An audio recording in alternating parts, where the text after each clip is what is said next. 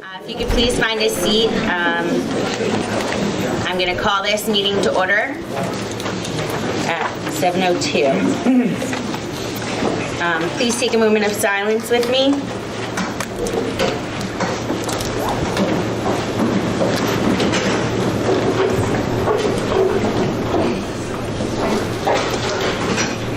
Please stand for the flag salute.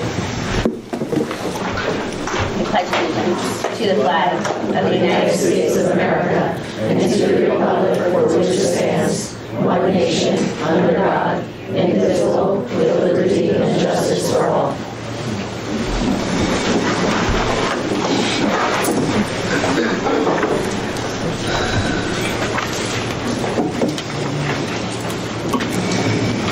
Okay. Good evening. In accordance with the provisions of the Open Public Meeting Act, a public notice of this meeting has been sent to board members, all district schools, the Herald News, the Suburban Trends, the Record, the Messenger, the West Milford Town Hall, the County Superintendent's Office, the Board Attorney, Cablevision of Warwick, and West Milford TV 77, and posted in the Administration Building. Copies of the board meeting calendar resolution were provided to all local media, Town Hall, Township Library, and all district schools. Roll call, Ms. Francisco. Mrs. Ricano. Here. Mr. Seidowitz. Here. Mr. Lippy. Mrs. Dwyer. Yes, here. Mr. Garino. Here. Ms. O'Brien. Mrs. Lockwood. Here. Mrs. Van Dyke. Here. Mrs. Romeo. Here. Thank you. First, I'd like to ask Dr. Animum for the superintendent's report. Yes, good evening, everybody. Welcome. We're going to go a little bit out of order tonight. We have one of our students at McAfee Middle School here to talk to us about her Silver Award. So, come on up, Ms. Swan.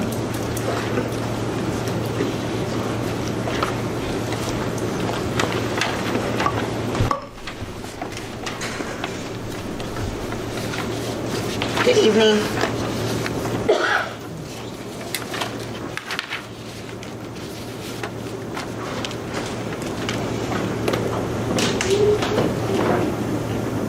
We're ready when you're ready.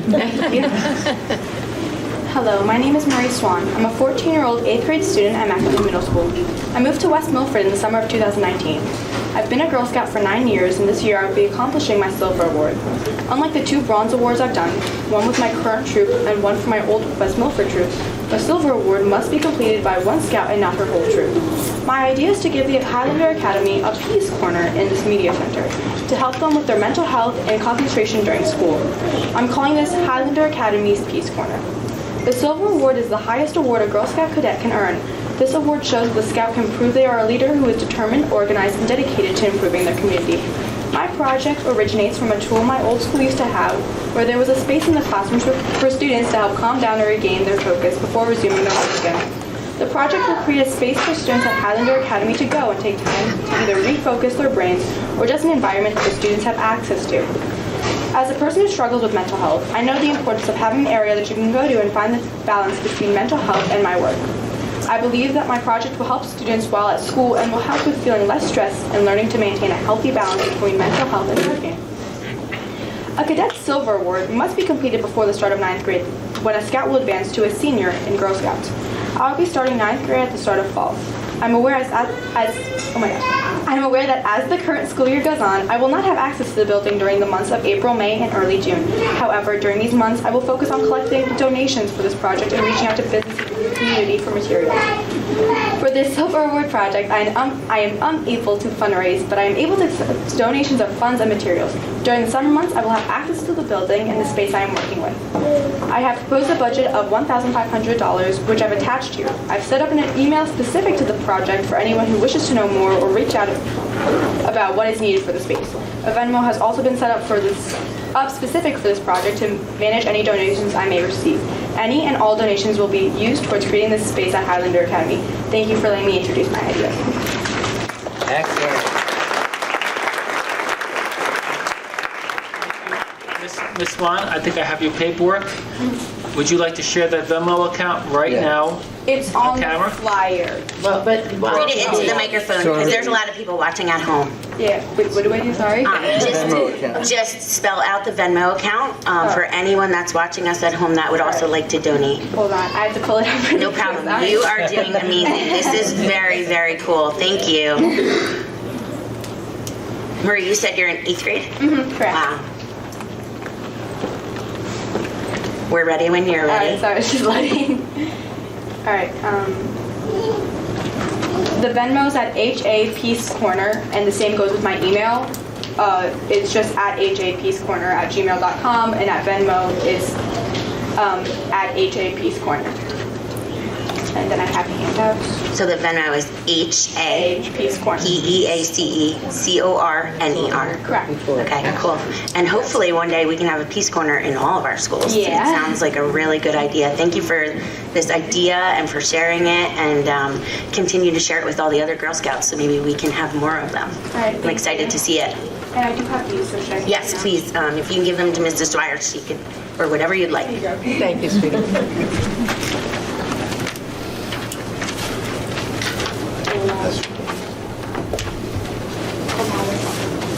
Thank you.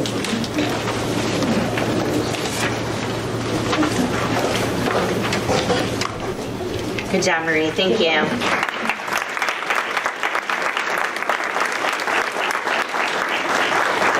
Next up for our student rep report, Ms. Meza. So the Student Council's donation of $1,300 to the Alzheimer's Association from their annual volleyball tournament will be published in their national newsletter. May 1st was Senior Decision Day, so the seniors wore clothing to represent their post-high school paths.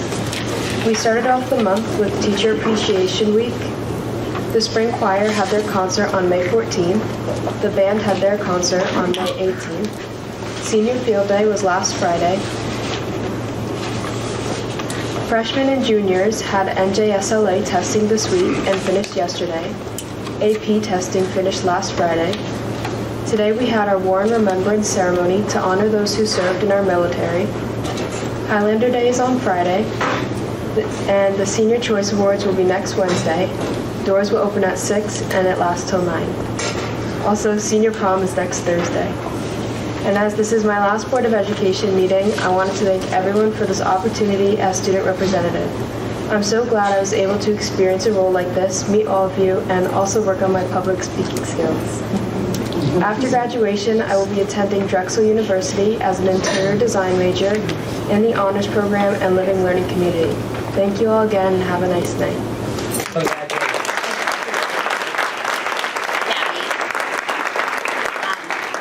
I have one question about your report, and then what is Highlander Day on Friday?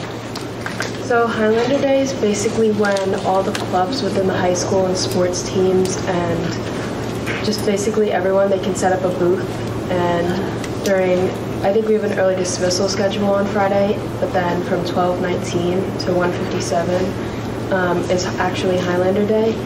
So everyone can go out and there's just a bunch of booths, like I know Pals is doing cotton candy, and then you can just bring a few dollars in cash and you can buy like food and little items and everything and participate in games and activities. Very cool. Yeah. Thank you. Yeah. Good luck to you. You've been a wonderful addition. Thank you for your report, and you have a lot to be proud of. Your public speaking has come a long way. Great report. Very good job. Thank you. Meza? We do have a plaque for you. It has not arrived yet, but I will deliver it to the high school once it comes in. So thank you on behalf of the board. Thanks, Gabby. Thank you. All right, next up we have our school district grade report for HIB grades. This is for last school year, 21-22. This is on a scale of 1 to 78. West Milford High School scores was 76, Apshua 75, Macoupin 74, Maple Road 78, Marshall Hill 76, Paradise Knoll 77, UGL 76, and Westbrook School 75. So this gets done annually, and again, it's 1 year, looking back 1 year. We'll do this again 1 year from now. And the last part of our superintendent's report is not on here, but we do have a presentation from Mr. Stryans at the high school and his team. So we'll move over here, and then I'll dim the lights a little bit. There should be copies of the presentation on the media specialist desk. All right, good evening, everybody. First, I'd like to start off by thanking the board and Dr. Animal for allowing us to put this committee together. Our committee members are Serena LeRae, Denise Flood, Kathleen McCourt, Joe McKinnis, Allison Scully, Lydia Lava, Chris Gonzalez, Melissa Welch, Dana Lambert, and Sam Buddy. A lot of the members are here tonight, so thank you for taking time out of your busy schedule and coming for this presentation. Mr. Shines. Yes, I'm okay, I'm all right, thanks. I don't think they can hear you because I can't hear you over here. Sorry. Sorry. I really don't need it, but, all right, the purpose of this, push the button up. Hear me now? Yeah, there you go. All right, the purpose of this presentation is to examine the ranking systems and analyze the data related to our academic achievement. The goal is to partner with the Board of Education to develop policies and procedures that will foster academic growth. There are three top ranking systems: U.S. News, Great Schools, and Niche. The one that we decided to focus on was U.S. News because it actually uses real-time data and not anything that's self-reporting. So we're going to focus on U.S. News tonight. Last year, the high school ranking was 295 out of 406. The reason for this committee is because we can do better than that. If you look at it, how it's broken down is AP exams is 26%, passed at least one AP exam 18%, mathematics proficiency 29%, reading proficiency 54%, science proficiency 22%, and graduation rate was 95%. 80% of this total score comes from assessment data, so it's our NJ, SLA, and our AP scores. College readiness, 30%. It's a percentage of 12th graders who took one or more AP tests. College curriculum breadth, 10%, is the percentage of 12th graders who took 4 or more AP tests. In these categories, 3/4 of the scores dependent on students passing the exam with a 3 or better, 3, 4, and 5. State assessment proficiency, 20%. Scores come from the school's performance on math, reading, NJSLA scores compared to the state's overall scores. State assessment performance. The score comes from expected math and reading NJSLA scores based on our demographics. And then 20% of the overall score comes from the graduation rate, 10% and underserved student performance. This year, 2023 AP exams administered at the high school just finished last Friday. We had 116 students take the exam. 201 were administered, which means we had students that took more than one exam. Also, of all those students that took AP courses, 13 did not take an exam at all. That affects your score. You actually score points for your ranking on how many students not just take the class, but take the test and then get 3, 4, or 5. So when you don't have people taking the test, it hurts your ranking. Here's the AP score table. 5 would be an A plus A, 4 very well qualified, A minus, B plus or B, C qualified, B minus, C plus. There goes my mic, or a C. And that would be the college grade equivalent. Now, schools do accept, some schools only accept a 5, some only accept a 4, some only accept a 3. They're all different. That's some of the reason why the kids don't take the test, because they don't know what that school's going to accept. Here's a breakdown of last year's AP exams and where our kids fell. We had 10 take it with a 1, 40 take it, and then we have a number of 46 exams, 38, 45, which means they took more than one with a 3, 51, 63, and 24, 33 scored a 5. So 72% of our scores were proficient. That's pretty good. Our goal is we want to increase that to 80%. Recommendations for improvement in this category. So these are some things that the committee came up with when we brainstormed. Require all students enrolled in AP courses to take the exam. Consider covering a portion of the test fee for lower income families, students taking multiple exams, and families with multiple children. I know we have a parent with triplets, and they all took the AP exam multiple ones. So that was a big expense for that family. Expectations for AP course rigor must be made clear prior to enrollment so that pacing and depth can meet College Board requirements. The AP course, the southern schools get a head start on us because they go back to school before we do, and they test in May. So our kids are about a month behind. A lot of the teachers start in August, and I know some of the kids are out there tonight. They can attest to that. They'll reach out to you in August to get you going, so that you're not behind the 8 ball and you have the same opportunity as the rest of everybody else does. We could also consider reestablishing an entry requirement prior to enrollment to AP course. As an additional incentive, we'd like to offer a partial refund of the exam fee for students who earn a passing grade, and we break it down 50% if you get a 5, 40% if you get a 4, 30% if you get a 3. Celebrate the AP culture. Reward those students with a breakfast or some sort of activity. It actually worked out good this year. The last day of AP test, we wound up having the senior field day. So we kind of got to celebrate all of that.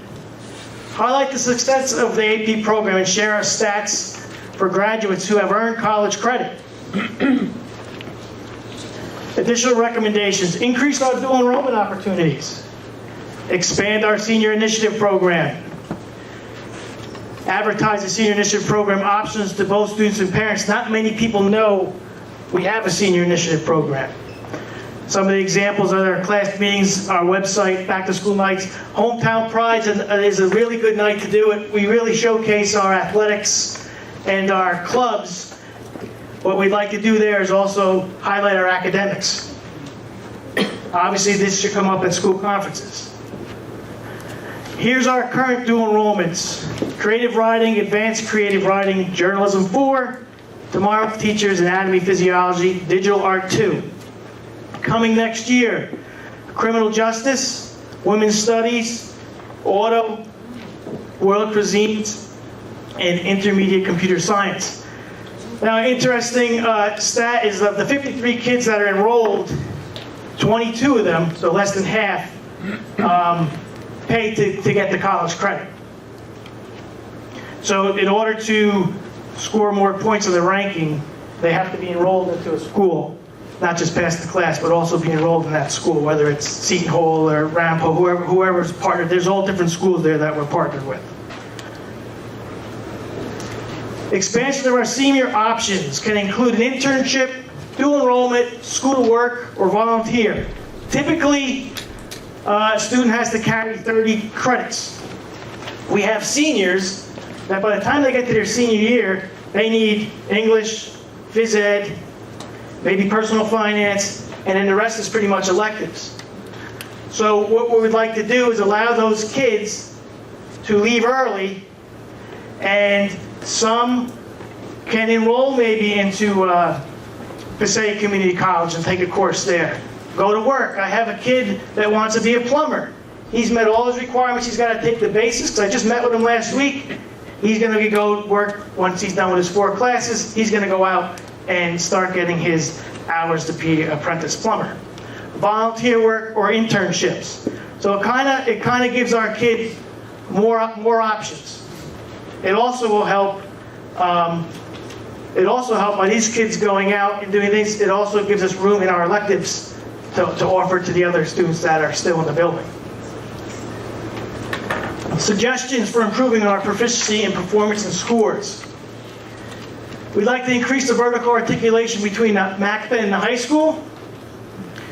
Review recently released 2022 NJSLA scores to determine whether current placement procedures for acceleration in Algebra 1, Geometry, and Grade 7A are appropriate and successful. We want to set these kids up for success so that when they come over to the high school, they'll do well.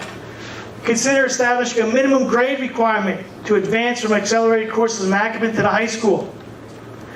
consider making prior year's NJSLA scores a data point determining if they're ready and they can go into those classes. Culture and climate, student time in class. What can we do to support and motivate students academically? We'd like to take a look at our frequent flyers. Those who are late to class, out in the bathroom, absent. If you're not in school, you're not going to learn. You're not going to do well. We want to take care of these kids. We'd like to use this data to analyze these students and their grades and their test scores, see if there's a correlation with not being in school and how you're performing on tests, how you're doing in class. We like to work with student organizations utilizing our PALs, Heroes and Cool Kids, National Honor Society, support staff to help mentor these students. We also must inform students how standardized testing impacts them. And I have to say, and I got to give kudos to Karen Johnson, it was probably the best testing we've had that I can remember in a long time. Super organized. From the get-go in our faculty meetings, how important it was for the kids to do good, and the teachers relayed that to the kids in school. Plenty of communication back and forth to the parents. We have very, very little kids that have to make up the test from last week. So I was super impressed with the way our students took it seriously, and also our staff as well. So I'm optimistic for this next round. It's really, now we've been in school almost 2 full years, we should start seeing results. So I'm optimistic to see what our scores are this year, but an outstanding job this year. And then another thing we'd like to do is revisit policies for lates and absences. Things that we had, there were things that we did in the past that seemed to work better than things are now. So that's what I mean with partnering with the board and maybe changing some policies and having a discussion. Obviously, as we were working on this presentation, the school report card came in. So what we'd like to do next is analyze that data, continue to analyze the data we're working on here, and then maybe in the fall, we could come to an educational committee meeting and go over some of our findings with you and try to fine-tune some stuff. And if we're going to change some policies, I'm going to need to work with you on that. Does anybody have any questions? Thank you. Mrs. Strands, I have a question where you say 72% of exam scores are proficient, Right. a score of 3 or higher. Can you, I know you can't do it now, but can you provide us a breakdown of the scores for history, math, English, and science? Because this is a total It's a total of score. everything, correct. Yeah, and I would Yes. like, me English? as an English teacher, I would have liked to see where our kids are in each Sure. of those subject areas that they're tested So we in. can get that, and then we can bring that to that committee meeting. Okay, thank you. Yep. Yes. Just when students take the AP classes, what is the reason or the various reasons why they wouldn't take the test? Is it cost mostly, or is it? Some I've heard that Here? that if they take the course and then they're not sure what college they're going to, they don't always accept that credit. So some just want to take the class and they're not worried about getting the credit. We've had kids that have taken advantage of that and knocked almost a whole semester. So.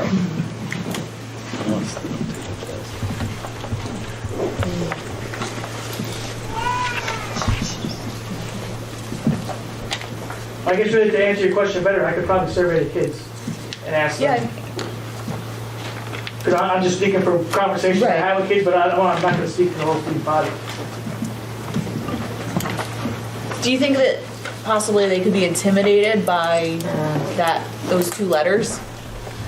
Like AP. Like they don't want to take it because it's AP. They took the class. Well, they're recommended to take it, and they can choose to Yeah. take it on their own. So it's usually our higher end Yes, students that take that. So I think they're up for the challenge. And that, right therein lies the problem, as I see. How many students with an IEP are taking a current AP course? I couldn't tell you off the top of my head. Okay. I think as a community, parents, grandparents, neighbors, friends, staff, administration, board, we need to encourage all of our students to take AP exams, to take an AP class. Our students do not need to take an AP class to take the exam. They can choose to take any exam. So even if it's a class that we do not offer, they can still take the exam in our building. It's also something I don't believe we've ever done. And I'm perturbed a little because although I'm happy with some of what was presented, it's not exactly what I expected or what I thought. Is anyone else in agreement with me? What maybe the board thought we were going to get, which was how do we improve our scores on slide 3. The U.S. News, the great schools, the niche, we talked a lot here about scores, right? And people buy homes in the community based on those scores. So I love some of these ideas, vertical articulation with Macapin. I mean, if that's not happening, that needs to start tomorrow because it should have been going on yesterday and always. We're one school district. We're not a regional school. These are our kids from, most of them, from preschool, kindergarten, all the way up through 12th grade, So that's just disappointing to see as the top recommendation because I just assume that is like I would think that is happening. It is happening. Okay. That's why the recommendation is to increase it. Okay. We need some more seamless transition is what we really need to happen with the content that's being covered, coming from Macapin over to the high school. And to be honest, there's not a lot of time for that. So we do try to have that type of communication, but we need more. Yeah, Jill, thank you. That makes a lot of sense too because classes have changed, right? So students at Macapin are now taking pre-algebra and algebra, and geometry. Okay, so time, and that's something that we could definitely talk about. I would love for Matt and anyone that wants to come to the July committee meeting for education. Would anyone else on the board be okay with that rather than wait to the fall? What about June? Oh, I'm open to June, yeah.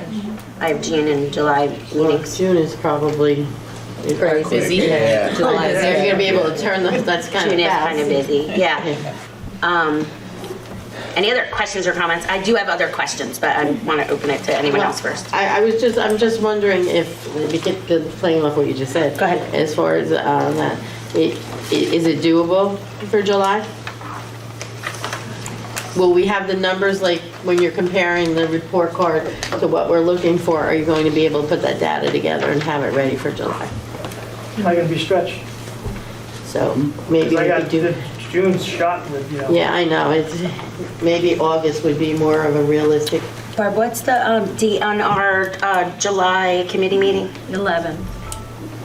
And it's That's right before. And a lot of people might be away. that's right. Yeah, that Want is to have a tough. committee where you And don't. even August is, Yeah, I know. some is hard. Yeah. So we'll figure this out later. Right. Okay. August should be what, the 22nd meeting is? The 15th The 15th is in the August. committee. And then in September, it's the 12th. Do you think August, the only reason I'm saying August is because September, you're getting ready for, again, you're going to be up against a lot of opening stuff. I think August is a downtime for us. And it gives you like 3 months, kind of 2 months to get everything together and maybe be able to look at September, be able to look at something for September so that we're on the right track for what you're looking for. I'm just suggesting.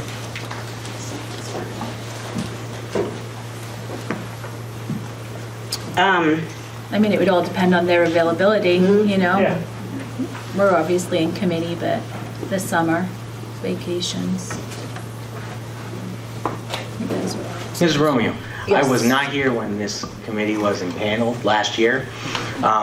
Were they given a charge to have a follow-up? So I guess that's kind of the problem, right? Is that as a board, we have committee, like we need to be in committees together because as a board, we have committee meetings and then it always goes through people, right? So I don't know who gave the charge and I don't know how it was given. But I know as a board, we specifically were looking to like, what is it that we're graded on and how do we improve those scores? So what you told us today is AP test scores, how many AP exams are given. Those two things matter. I did hear a great request, which has been discussed, and I am in full support of it, which is paying for the exams. An AP exam is $93. So, yes, I personally, I don't know how anyone else feels, but we should be paying for those exams. And what that will do is make the value of our homes worth more. It will make people want to live here. It will make our school a better school. And I hear this from everyone. Wow, you want to, do this, but you're worried about AP. AP matters because it is graded by everyone worldwide. It is a worldwide exam. So I didn't make it up. It's not my opinion. It's a fact that it matters how many exams we're giving. So my question to everyone that has a high school student in their life is this. Those kids that are the frequent flyers, who are late to class, out of class, have we asked them if they'd like to take an AP course next year? Has someone told them that we believe in them, that they can do it? And I know there's a lot of teachers, Terry was just the first one not to pick out, who will roll their eyes at me. Because it's about then differentiating instruction. And if you go to College Board, which I brought my computer in case anyone would like to see it, College Board says that AP courses are for all students. Every student, not the elite upper academic students. It's offered to everyone. And we, as a community, need to push this. It will help all of us. And then, when that frequent flyer gets a 3 on an exam, but yet we couldn't get them to stay in regular English or that self-confidence that they would build and the shock they would bring us as an educator. I know I'm upsetting some people because that's a difficult thing. And I'm not here to stay status quo as a board president, and my opinions are strong, and I know I have seen this done,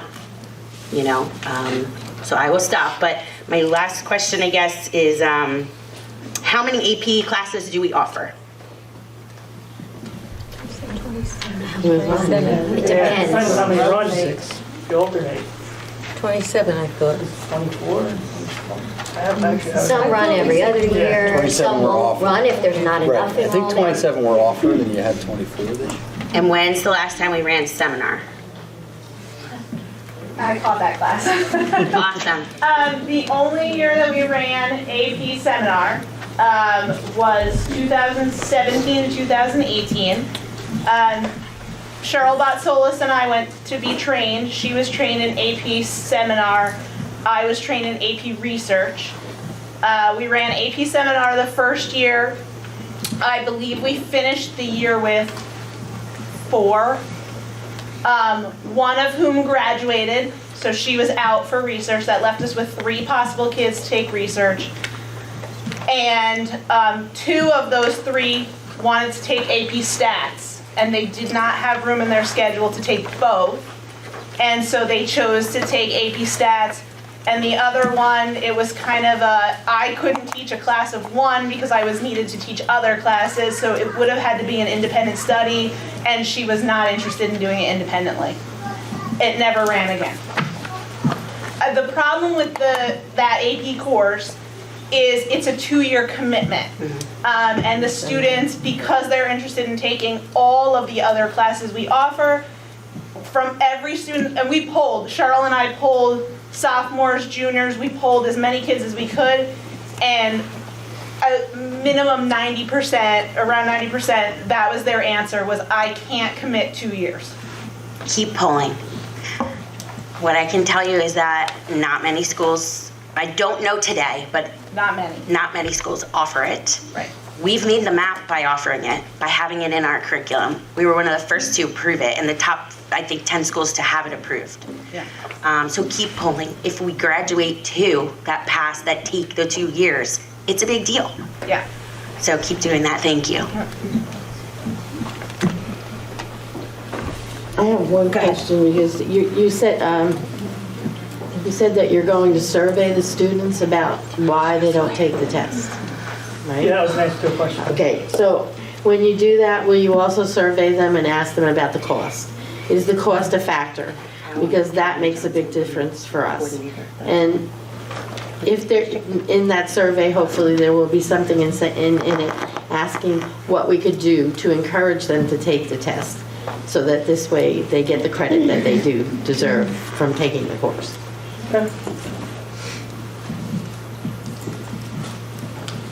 Don't you think, though, there has to be standards that the kids have to meet before they go into the classes?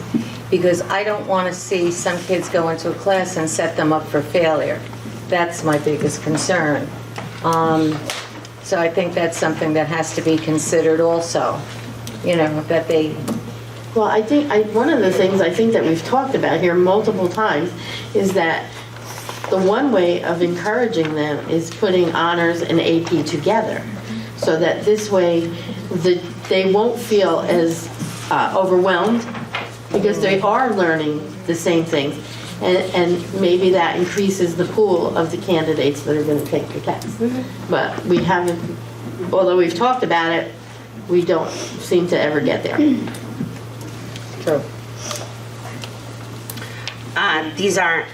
This isn't our curriculum. These aren't our courses. We get to teach them from College Board. Right. So to make our own prerequisites would be pretty unfair to our students, considering that there are other high schools, not just in the whole entire world, but just in the state of New Jersey, just a few miles away, that are allowing all of their kids to take as many AP courses as they'd like. So I will read off of my Google right here on my computer, where I said, who can take an AP class? College Board says the AP program believes that all motivated and academically prepared students should be able to enroll in an AP course. We strongly encourage all high schools to follow this principle. Some high schools let any student enroll in an AP course as long as the student has taken the recommended prerequisite courses acquired from College Board. So there are some college level students that may be very hardworking, but we don't consider them at the level of AP, because here in West Milford, we have always considered AP to be the elite. And I am begging you to change that thinking. We have open enrollment. Anybody can take any class they want. Right. But on your recommendations, anyone can take any class that they want? The teachers will recommend them for what they think they can take, but if someone wants to take, say I'm recommended for a college prep class, and I want to take an honors, I can do that. That's awesome. We've had that for like 3 years. Good. I think one of the other things that I'm curious about is if say we have a large group that takes AP, okay? Does that impact the rankings? Would that impact what we're trying to address in the Score impacts the ranking. So if you load up your AP classes and let's say people get ones, it's great, everyone gets, but that's why that was in there. 3/4 of the score in that category is coming from kids getting 3s, 4s, and 5s. Right. So just putting kids in, but if they're not prepared for the test, that's not helping. Okay. And then also if they don't take the test, right, that You don't get also credit for that. scores. Correct. So if you double the numbers, then you could lower your ranking. You could, that's great, you could add, there's more kids taking AP, but your rankings may go up. If those students don't take the test, or they do poorly on the test, then we're, do a 1 or We go 2, backwards. then we're going in a different direction. My understanding is that since a quarter's coming from students actually just taking the exam, everyone that's enrolled needs to take it. Right. But we don't want kids that are going to take the test and not do well, because 3/4 of that category is coming from students getting at least a 3 on that exam. So the score does matter. more than just taking the test. It's going to be a negative impact on us. And then people are gonna say, why is your ranking so low? Well, it depends on which ranking you're looking at, right? So I don't know how much you got to, like, if you look at each one, they each look at different things. They all are pretty dependent on test scores. Though. Yeah, That was test the one scores, thing. test scores, I mean, yes. and we're focusing here on AP, but NJSLA scores are a whole nother That's right. ballgame that we need to deal with. That's right.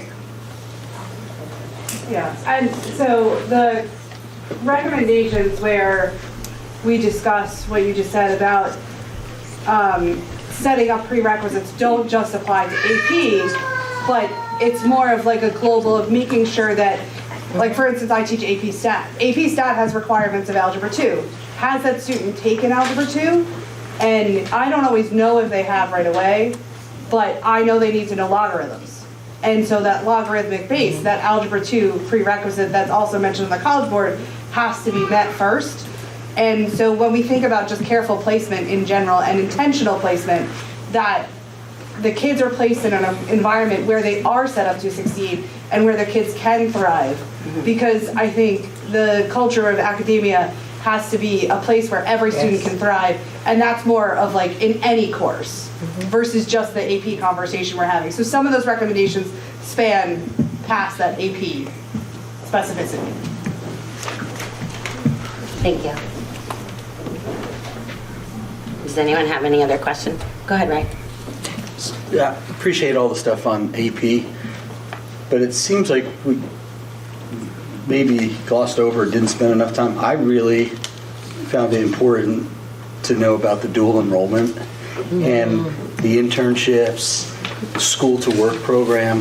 There are lots of schools out there across the country that will allow a student to go to school for those first half of the day and then either go to work somewhere or take a class. Like I know students that have, they want to be nurses, right? So that they go that track, they become a licensed CNA, their senior year. Like, I think those are important things that maybe should be focused on even more than the AP, just my opinion. Well, So I love that you're talking about that and kind of It's an alternate route for thinking about getting this. kids to have advanced education. Yeah. AP is one thing, but dual enrollment is another, and if we work on increasing that, we also get points. Right. And you're limiting your frequent flyers, you're finding their purpose. So Yes. we're trying to look at a global approach as to what fits, like you said, what fits the best needs of each individualized student. Each one of those ideas is gonna fit. Yes, Kid. someone. Trying to take care of them all. Find something, yeah. Right. So that's what I'm saying. Like it seemed there was this talk about a singular focus on AP, but there are other avenues for. Right. You have I don't know how many. You have 200 and something seniors. You got to find something for everybody. AP is not going to be for all of them. So where else can they fit in? Right. And I love you looking at that. I think we started with the AP because it's something that's already established in our school, whereas the internship, the working, we don't necessarily have that program established yet, which is something we want to build and model after other schools that do that. We have many students who leave early, seniors who they're not in school for 8 periods, but they just leave early. And I think that's our goal, is to come up with some type of program, almost like a choices, like, hey, yeah, you can leave early, but you have to be doing one of these 4 things. How many seniors do we have this year, man? I don't remember the number. 237? Yeah, 230. You have 53 that are dual enrolled. Right.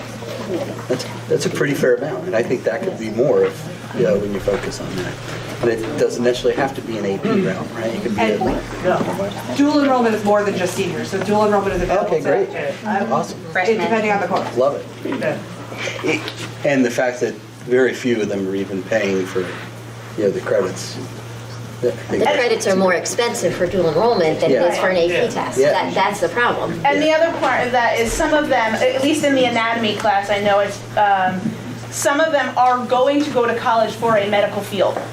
So dual enrollment doesn't work for them because aren't gonna pay for the credits here because when they get to college, their college is gonna say, we need you to take our anatomy. Right. So they're not gonna pay for the credits. We're not gonna get them. It's the kids who are going into English but can count anatomy as their science class, those are the kids we'll get. But the school to work thing in that instance could Yes, work, right? Because they could absolutely. become a licensed CNA, and then when they go to nursing school, They're that already helps ahead. and makes it easier because they're already ahead. There are also students that are not going to pay for the AP exam because their college is not going to take it. But if you're paying for it, they will take it. My sister is in college to become a pediatric oncologist.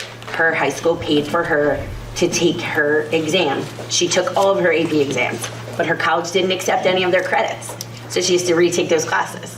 But her school got the credit for her to pass those, you know, and so our students are not going to pay $93 for a score that doesn't benefit them.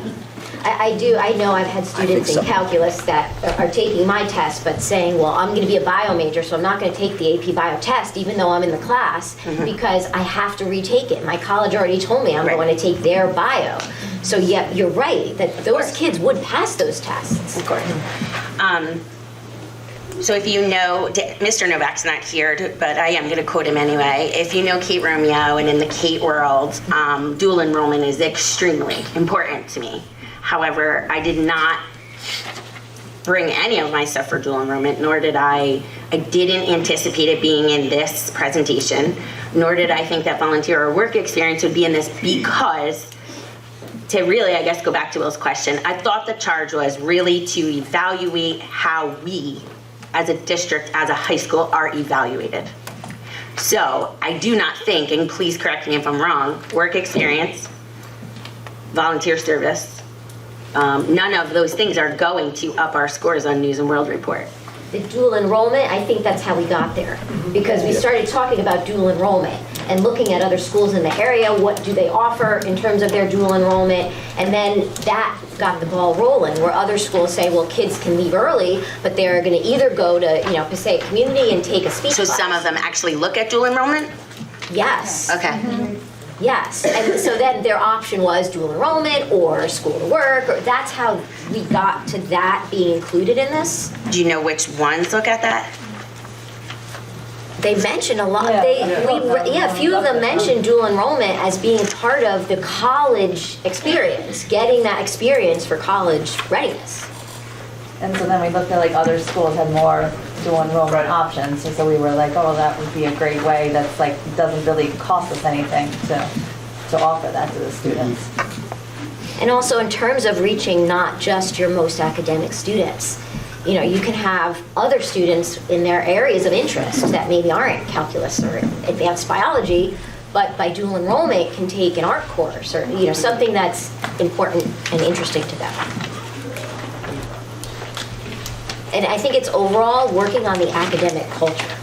That's something I know we spoke a lot about, that we really need to work on improving our academic culture.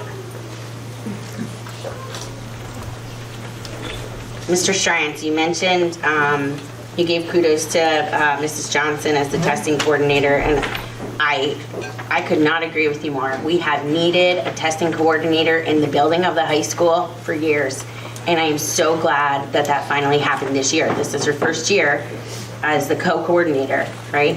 And to make it smooth, the high school has more tests than anyone. There's no other building that has the AP exams. There's no other building that has the PSATs. There's no other building that, you know, they have more testing than the whole district combined.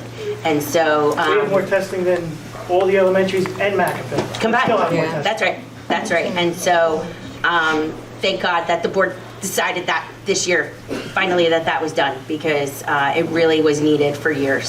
So I could not agree with you more that, you know, a coordinator must always really be in the high school. Thank you, guys. I mean, this is great. I'm not disappointed at all. I'm just, it's not what I expected, you know. I thought, I guess, that I was getting more of like a syllabus of each of the things. Do you know what I'm saying? Like, and I say syllabus because you're educators, so you know what you're teaching, you hand out a syllabus. So I thought I was getting like a syllabus of like, this is what U.S. News and World Report does, so if we do this, and this is what Nietzsche's looking at, you know, not as much of the volunteer and work stuff. I feel like that's another presentation, and I love that too. So thank you so much. Mr. Stryans, the entire board appreciates what you've done. Thank you very much. You're welcome. Thank you. Thank you. Thank you.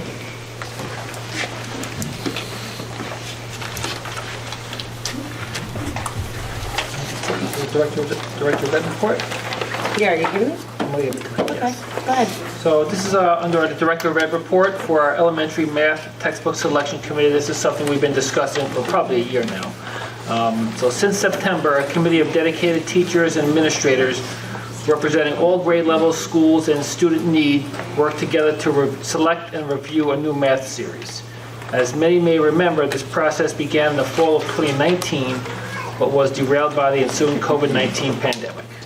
Our math textbook selection committee was enthusiastic, engaged, and eager to work together to choose the best instructional materials to meet the needs of our students and capitalize on best practice, standards-based training that began last year with Nancy Schultz and Conquer Math. Our committee volunteered their time and energy to attend math text vendor presentations, practice using sample materials in their classroom, and visit other schools to see these potential programs in action. Robust and spirited debate was often a hallmark of committee discussions, as our staff demonstrated a thoughtful and a thorough approach to this process. Tonight, we are happy to recommend the Eureka Math program as a math series best able to meet our student needs and capitalize on our experience through significant math training. We anticipate a full implementation of this new program in the fall of 2023 in all grades K through 5. District parents can expect a variety of parent education opportunities to gain familiarity with the new program and learn how to best support our student needs at home. It's been said that it takes a village, and transitioning to our new math series is no exception. We want to thank our committee participants for their commitment to West Milford students and for a job well done.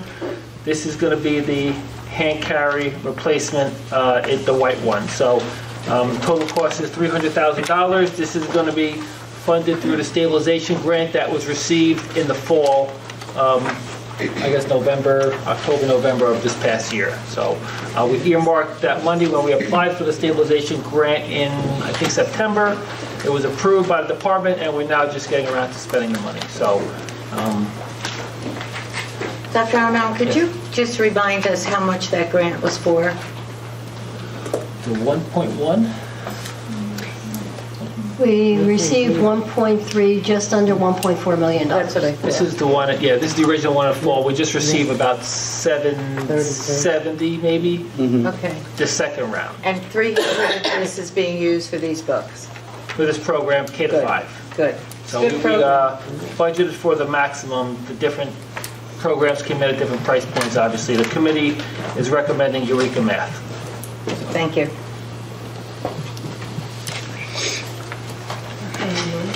Oh, I'm sorry. One more thing from... Very brief.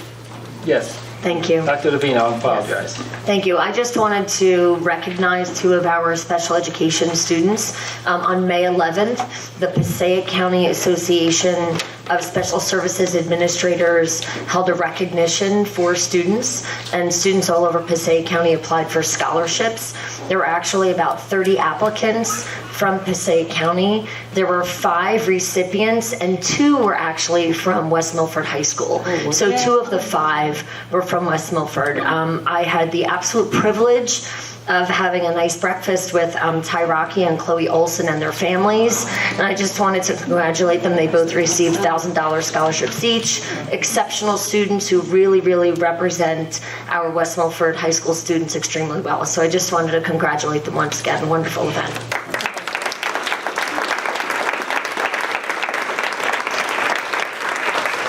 Thank you. Good news.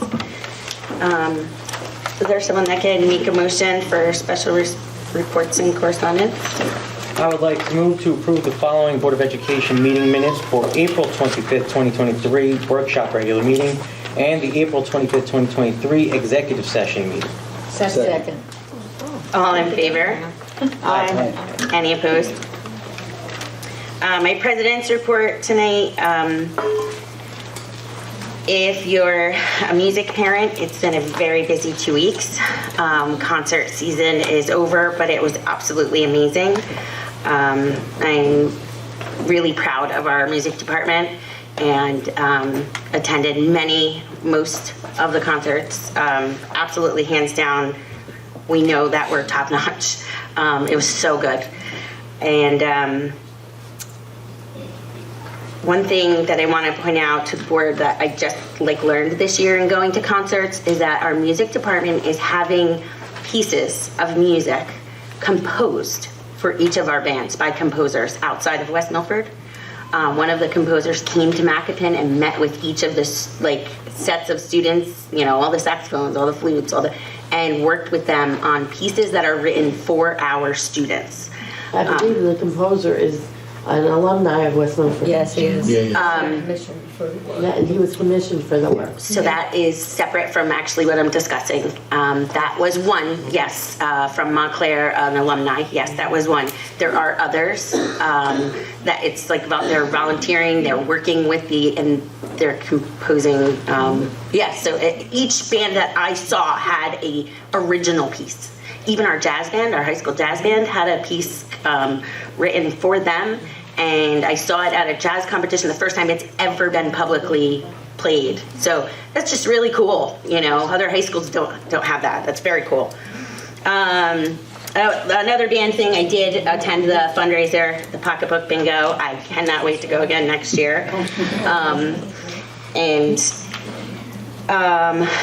I apologize. After the last meeting, I got very, very sick that week. I wasn't feeling great the last meeting. I did miss the day of prayer, but I heard that it was amazing, and I apologize I could not be in attendance to that. And the last thing on my president's report tonight is I wanted to just thank everyone, the PTSO from the high school, the administration, Mr. Novak, and all of the administrators, the teachers, the parents that put into the dance for our Macoupin students that helps to fund our senior celebration for our high school seniors. When you care about children, you make things work to give them experiences. And this experience was just so beautiful. It looked so fun. The pictures, I saw a lot of pictures. And a lot of people came together to give that experience, and I would like to thank them. That's the president's report. Next, we will move on to public comment. All speakers will have 5 minutes to speak until a period of 30 minutes transpires. Before speaking, please state your name, group affiliation, and address for the record. Members of the public who've requested to speak prior to the meeting will be recognized by the chair first. After speaking, all speakers are asked to sign the register provided, give their full name, group affiliation, and their address. All statements shall be directed to the presiding officer. No participant may address or question board members individually.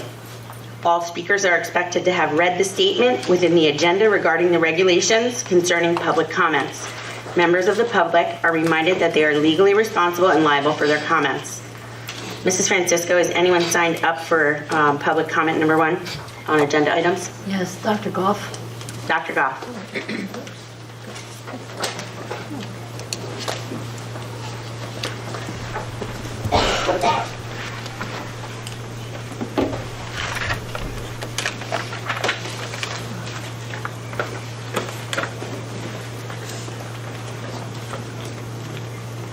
Marissa, you can just write your name. It's okay.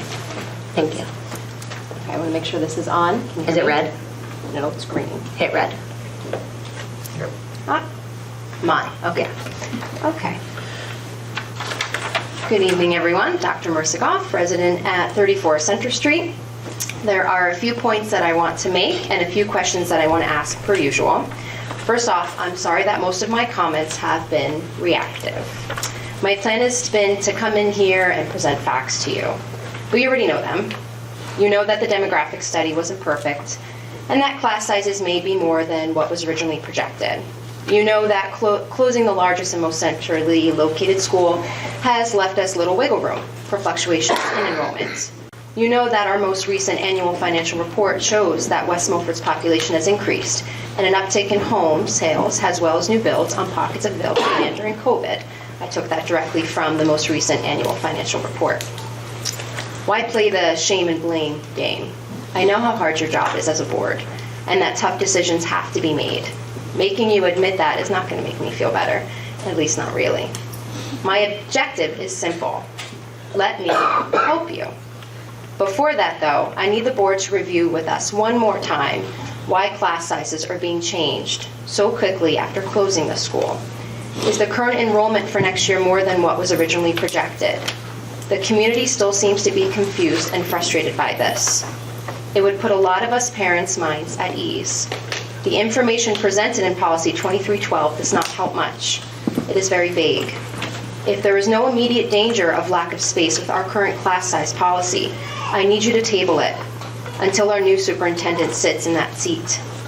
I need you to reconsider before making more cuts and increasing class size that will directly affect our students' path to success until the grant writing committee has had an opportunity to help you. I want to make sure our state and local legislators are listening to our cries for help. You'd be surprised what a couple of West Milford parents can do. Let's be on the same team, a team that actually cares about these kids.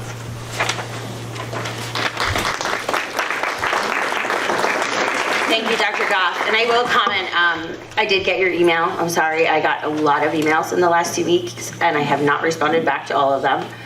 If you'd like to have a meeting, and the email that you sent to you can have a meeting to write letters. You just need to put in with the board office to use a space, like a building use form. Okay? And anyone, and then we would advertise it and I would speak about it here. And if anyone wants to go with Dr. Goff and write letters to the state and anything in her plan, then you can attend that meeting. More to be continued on that. Is there another speaker? Yes, Mrs. Flory.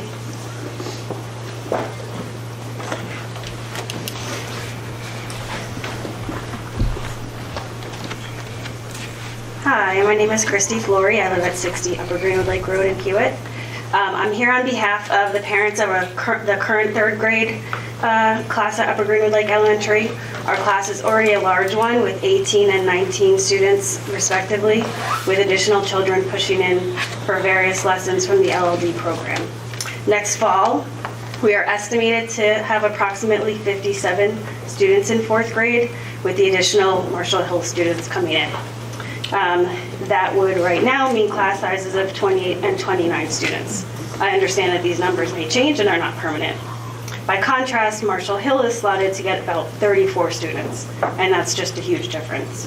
We are very concerned about the large class sizes and are asking for a third section class for the 2023-2024 fourth grade class at Upper Greenwood Lake Elementary. We have already seen that class sizes over 25 are very difficult for teachers, students, especially at this elementary school level. Thank you in advance for helping us to do what is best in the best interest for our students, staff, and our families. Thank you. Thank you.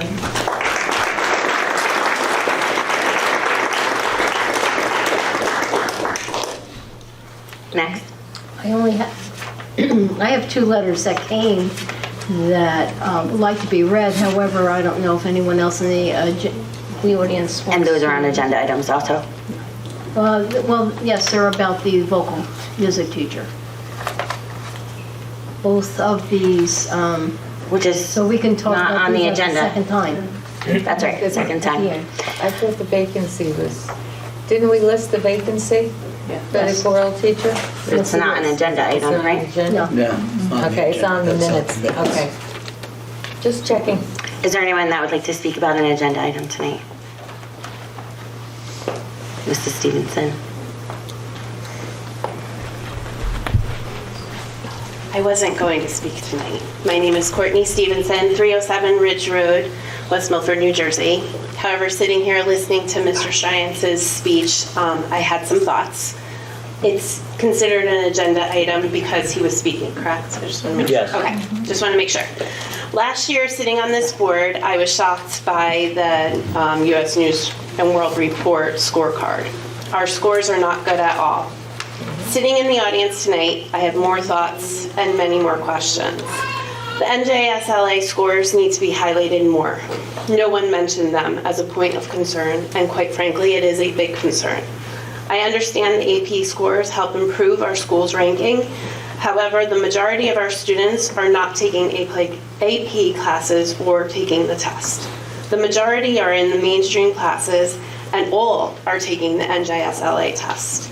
How will you improve the NJSLA test scores while implementing more AP classes and tests? The NJSLA proficiency scorecard is the following, just to highlight it for anyone who may have missed.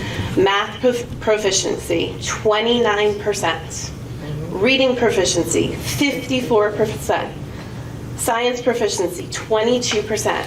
That's it. That's shocking when you really think about it and look at it. It really needs to improve. Actually, this has to be improved to see that your U.S. News ranking will go up. This can be done if Mr. Cheyenne and his wonderful committee really analyze the data, which I'm sure they are, but also motivate students to meet their full potential. And we can do this. Teachers have the power to motivate students. I want to know, how will you encourage your administration, your teachers, your parents, and your students to do better? How will you schedule freshmen and sophomore students to take the AP classes that you're talking about when they can't get the required classes? Just as an example, my sophomore can't schedule personal finance, which is a requirement. And the reason she can't get it in for her sophomore year is because juniors and seniors still have to fill this requirement first. How are you going to offer AP classes when you're cutting teachers and programs? Mr. Cheyenne said that the AP classes are open enrollment. As a parent of a high schooler, this is the first time I ever heard of that. And even sitting on this board, I don't remember it ever being brought up as open enrollment. Perhaps a parent education night to explain all of this would be helpful. It would also motivate the parents to encourage their children to do better on NJSLA tests. The dual enrollment program, as Mr. Garino stated, is a huge asset to our district. Again, that needs to be highlighted in a parent education night. The alternate path of taking students from the high school to the workforce would motivate so many students. There's so many layers to this, but I think going in and focusing just on AP needs not to be your highlight. I think you really need to look at every single aspect and every single layer of it. And I'd really like to hear more about it in a parent education night, as well as more administrators coming to speak about it. Thank you. Thank you. Is there anyone else that would like to speak on an agenda item tonight? Come on up.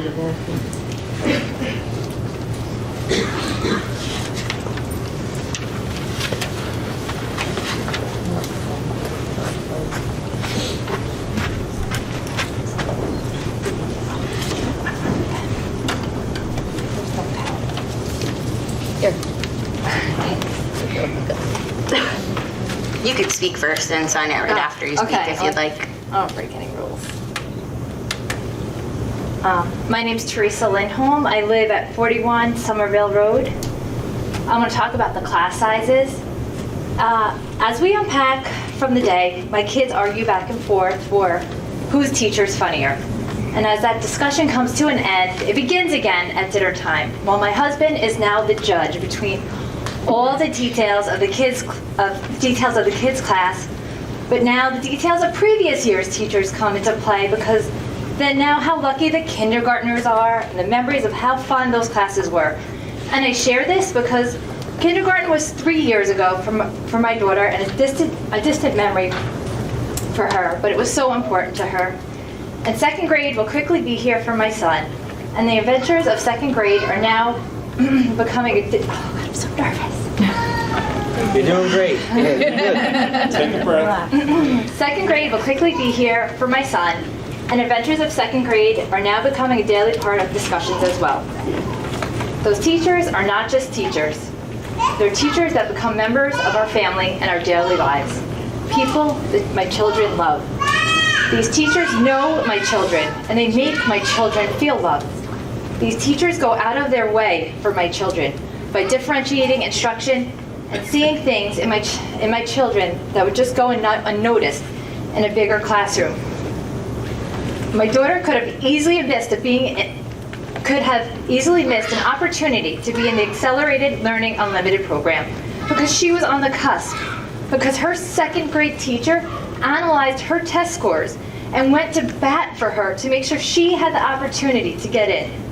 Knowing this teacher, no matter how many students you put in her class, she's going to do that for all of them. But it would be a challenge because there's only 24 hours in a day. I ask you, how many children are going to be left behind, or not challenged enough, or not given the supports that they need because class sizes are too big? How are these teachers supposed to address the needs of all their learners with a class size so large?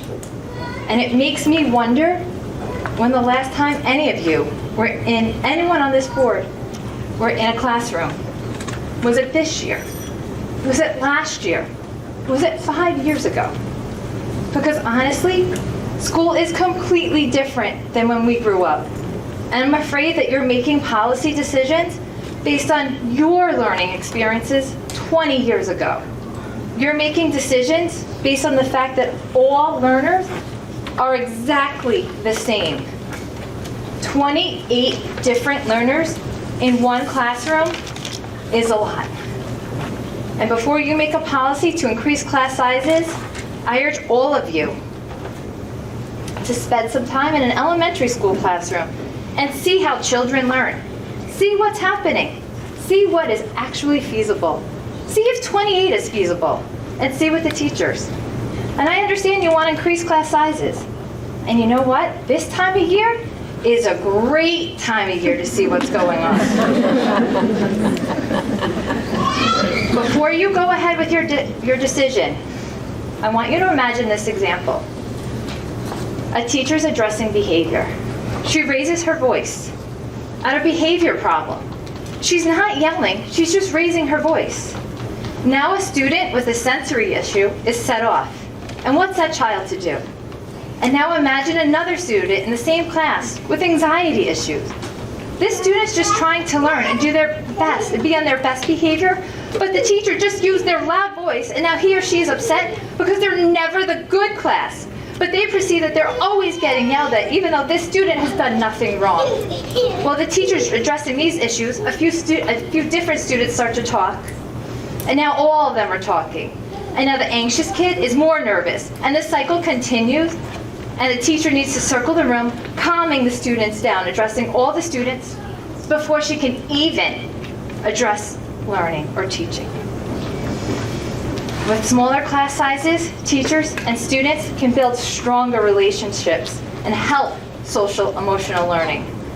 Building upon social and emotional learning, a smaller classroom will allow both the student and the teacher to build a community where all students feel welcome and free to make mistakes, and easing that anxiety, easing those anxious learners.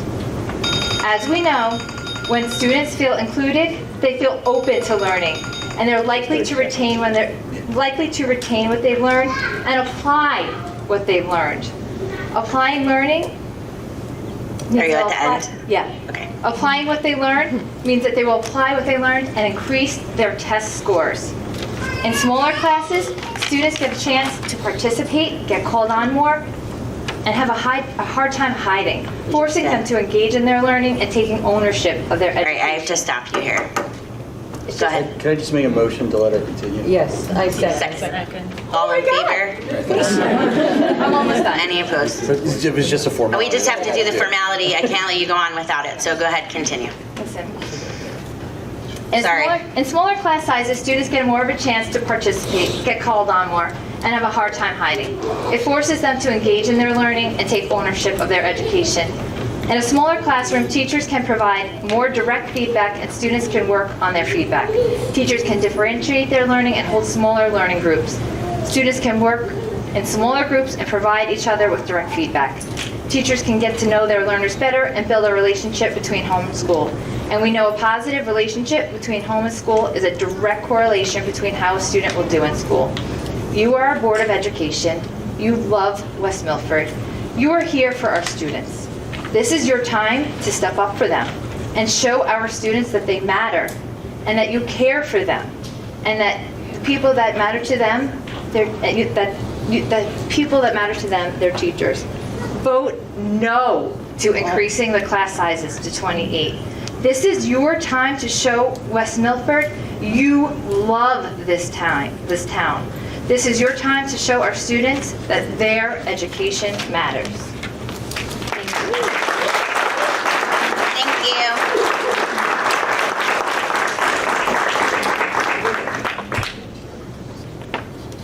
Do we have another speaker on an agenda item?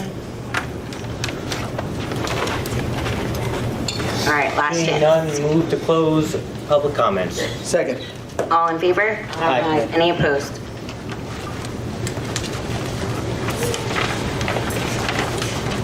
I move to adopt Just, the No, agenda. there's a change. Sorry, I just want to make a couple minor adjustments. On page 4, education, we're going to pull resolution number 4. There is no textbook cost to this new program. It's included in the purchasing price. So we'll pull education number 4. And then we're going to pull and replace education numbers 1 and 3 with 1 and 3 on the hand carry, the white copy hand carry number 1.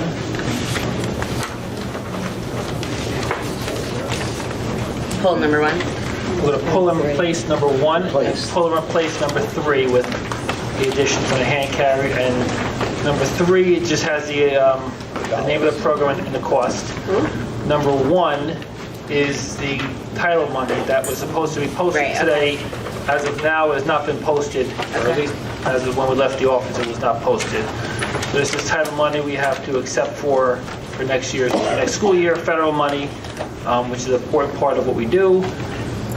I'm going to pull operations and finance number. Page. Okay, page 29. Pull operations and finance number 54.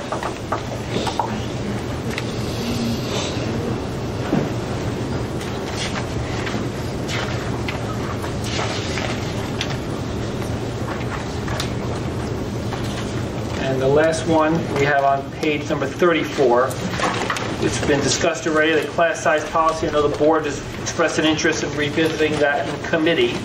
So we could pull policy number 2, that is class size, policy number 2312. We could discuss that in committee in greater detail and then revisit it at a future board meeting. It's a second reading now, so if substantive changes are made, they'll probably go back to being a first reading, then a second reading or not. But we'll pull number 2 from policy as well, and that's it.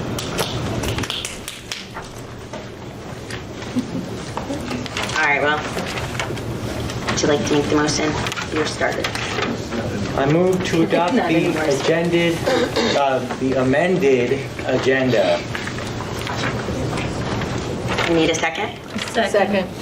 All in favor? Aye. Any opposed? Mrs. Lockwood, education. Okay.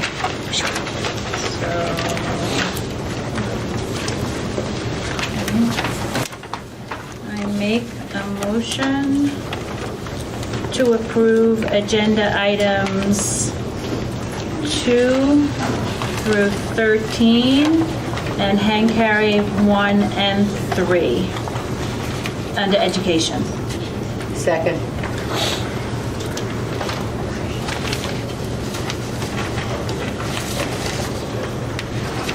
Hand carry, can you say that again?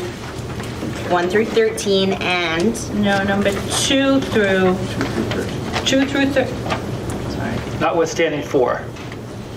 2 through 13, notwithstanding 4, and then hand carry 1 and 3.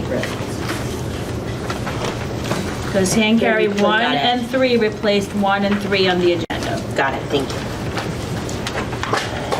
Any questions or comments?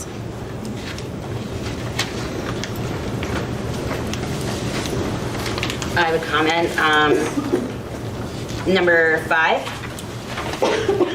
the curriculum adoption. I did ask Dr. Animan to speak with Dr. Reza, who is going to be our new director of special services and make sure, and he said he was familiar with that second step elementary and middle school program. Because being in a classroom every day, sometimes one administrator purchases something and then the next administrator comes in and never heard of it. And so I wanted to make sure that it was a seamless transition. Thank you. And Dr. Reza says he is familiar with that program, and I would hope that our principals and administrators get familiar with that program over the summer, as it will be really important to have that same social and emotional language in every classroom with all our students. So that's exciting. Something I don't think West Milford's really ever had.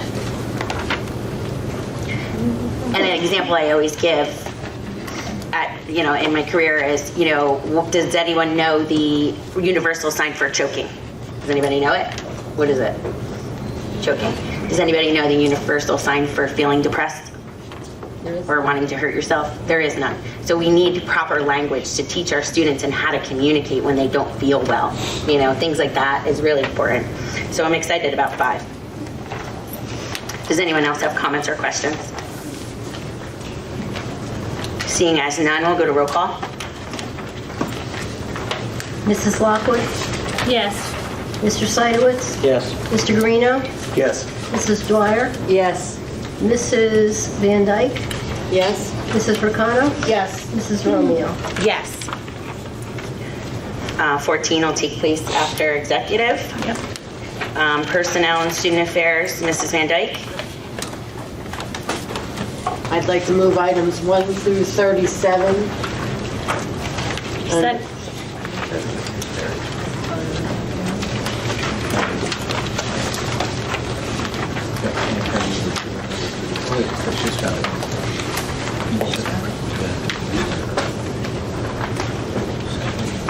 Second. Second.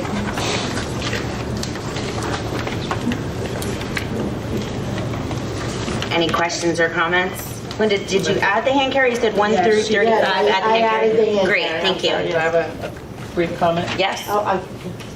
No, ladies first. No. I insist. Ladies first. Good role modeling, Alex. I just want to comment on item number 1 under personnel. Mrs. Francisco has served our district well. I wish her well. We've become friends, and she's always taken the best interest of our students. I have watched her do many things here. We don't always agree, but I know that her heart and her concern is always for West Milford, and it will be a loss to lose her, but I know she's going to have a very busy future ahead of her. So we wish you well, Barbara. Thank you. I would like to also comment on that. Barbara has been a lifeline for me as far as technology, because when we have to fill out the ethics thing, I just can't do it. I mean, my computer just says, go get help. And I go right to Barbara's office, and in 2 minutes she fixes it, and she's been wonderful. And I know she works hard because I travel through the back way to get to different places, and I pass the board office sometimes 10 o'clock at night, and Barbara's still here working. And I don't think I've ever met a business administrator who has worked this hard and who she's a magical calculator. I don't know how she does it, but Barbara, you're going to be missed, and I love you very much. Thank you for everything. Thank you, Mrs. Dwyer.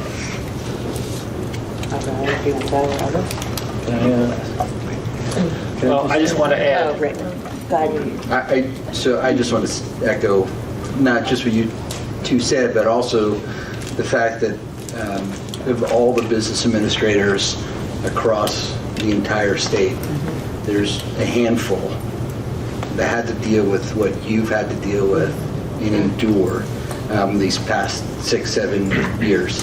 And specifically, right, what has happened with state aid reduction. And for you to be able to, I think you said masterfully, figure that out and give us some tough news and deal with some of our tough questions, and some of us probably more ornery than others. I know that. it's greatly appreciated, so congratulations on your retirement. So, Mrs. Francisco, I just want to thank you from the bottom of my heart. You've been a wonderful partner with me my entire time here. You've been a shoulder to lean on. You've been a wealth of information for me personally, professionally. I can't remember the last time you've given me bad advice.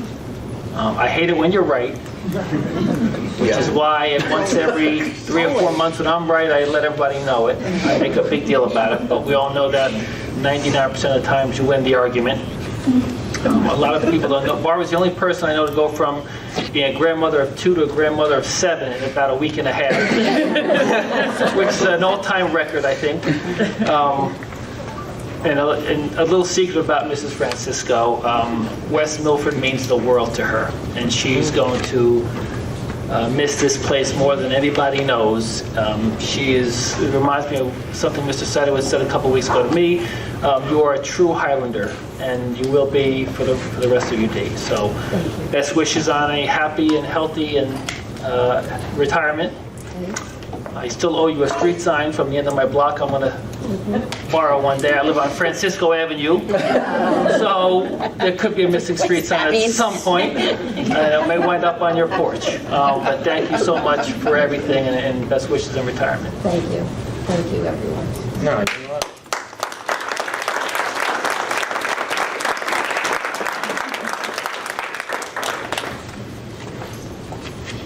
I also wanted to add about Mrs. Francisco. Alex may have had to go last. There are very few people that have rolled their eyes at me as much as Barbara and gotten away with it, or raised their voice to me in my questioning. I'm like, are you kidding me? But I do appreciate your wealth of knowledge is beyond, and I couldn't be the person I am and learn what I have without you. So I thank you for that. And I often do compare to other districts to see what we have that's really good. And you're one of those things. Other districts have had 6 or 7 BEs in the last 5 years. So talking about stability and understanding and our budget, and when we had the audit come a few months ago to hear that we did not have not one mistake, it's priceless. So thank you. You're welcome. Thank you. Okay. Any other comments or questions on any other agenda items? No, you can go first. Under number 15, I'm going to be voting no on this, not because of the raises, but again, through the years I've asked that everyone is not grouped into this motion, and I feel that it's unfair to us as board members to have to vote that way. So rather than, I can't vote for it because there are ones that I might not feel the same way about. So I feel very strongly that I'm going to have to vote no on number 15. And it really is not against the people, it's how the motion was put together and not giving us the ability of choice as board members. And I will be piggybacking on that. I will vote no also for the same reason. I will also be voting no on number 14 because, say what you want. I don't like the way the transfers have been done. I don't like the way the cuts have been made, and in good conscience, my conscience at least, I can't go along with this. So I'll be voting no on 14 and 15. Thank you.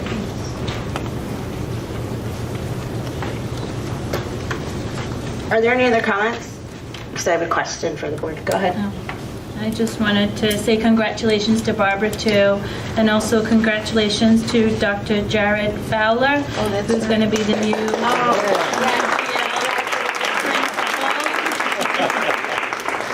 Excited for you to come on board. Welcome.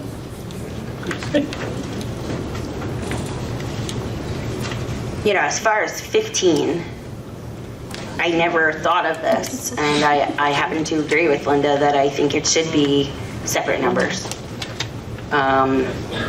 It is different positions. It is, I don't understand really now after thinking about it why it's one agenda item.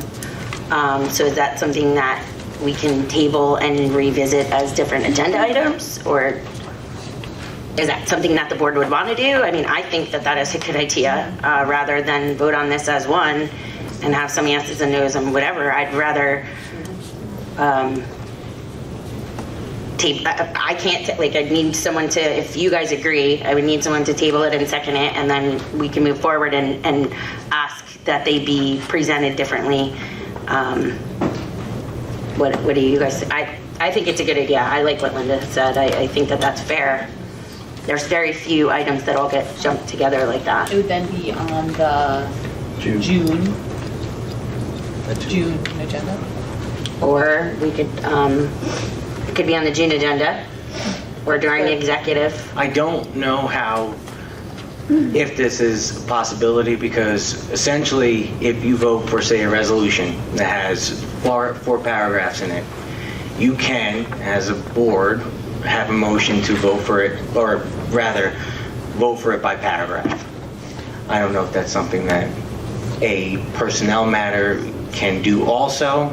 I think that might be a Mr. Brown question. If Well, that's why we're paying Mr. Brown. Yeah, and I don't know why we wouldn't just table it and have it come back. It's for next, you're right, like. But go ahead. No, you can do it, you can table it, it's breaking up for next board meeting. You could, there's no harm in, for example, making it 14A through L, whatever the letters of the alphabet are, and then you can vote yes on whichever ones you want, and then no on the ones that you don't, and then it's done tonight. It's the board's discretion in that regard. Okay, then. Either way, I'd table it until after Let's table it, executive. yes. Table it till, I move that we table it till after executive session. Second. All in favor? Aye. Any opposed? Any other questions or comments? Seeing as none, roll call, please, Ms. Francisco.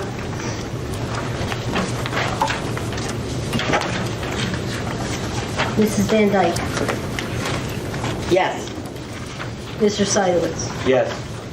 Mrs. Ricano. Yes. Mrs. Lockwood. Yes. Mr. Guarino. Yes. Mrs. Dwyer. Oh, you're going to love me. Yes, 1 through 4. No on number 5. Yes on 16 through 13. No on number 14. Abstain, yes on 19 through 27. Abstain on 28. And yes on the rest. Did you get that? 3 times quick. Okay. Yes on 1 through 4. Yeah. No on number 5. Right. Yes on 6 through 6, 7, 8, 9, 10, 11, 12, and 13, yes. Okay. No on 14. Okay, 15 we tabled. 18 through 18 through 27, yes. Abstain on 28. Okay. And then yes on the rest. Okay. Okay. I left out 18 on the first one. Did you have 17 in there? Yeah. But it said 18 I think it was, I think it was the 17. Yeah, 17. Yeah, 17 is yes. 17 at the first time. Okay. And like that 18 the first time. All right. And then we always go to the videotape. Yeah. Who's on first?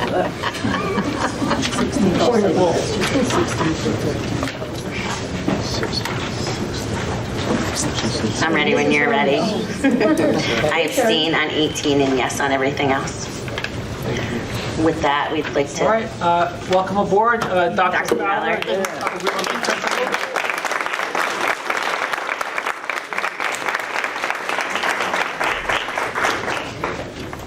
Who brings a 2-year-old to the board event? don't know. She's adorable. She has more patience than I. Man, she's got some energy. It's way past her bedtime. So I just want to, I'm Dr. Fowler, Jared Fowler. I just want to thank Dr. Animo and the board, the hiring committee. I've told people that was one of the most fun interviews I've ever had. I felt so comfortable and I just felt welcomed, even in the interview. I see the turnout of the staff and the parents, and I know that on July 1st, when I start, I'm going to be welcomed, and it's a really great feeling. Honestly, it's a really great feeling to have that transition. And I know that there is some transition this year with the schools, and there's some new students coming. I just want everybody to know that I look forward to the opportunity and the challenge that represents. I look forward to the opportunity and challenge of replacing Dr. Matlos, and I know those are big shoes to fill. But as you can see, right now they're not here. They're probably in the car with my wife. But when your students enter the building under my care, under the teacher's care, I'm going to protect them as much as I would my own kids. They are my kids during that time, and that's the way I look at it. So I just want to say thank you, and I really look forward to July 1st.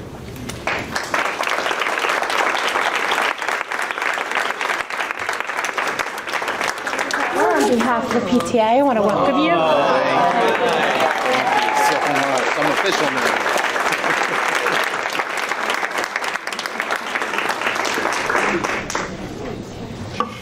Go ahead, you can go home, don't stay.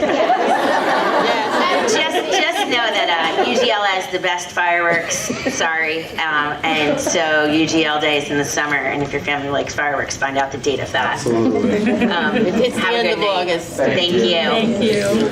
Thank you. Thank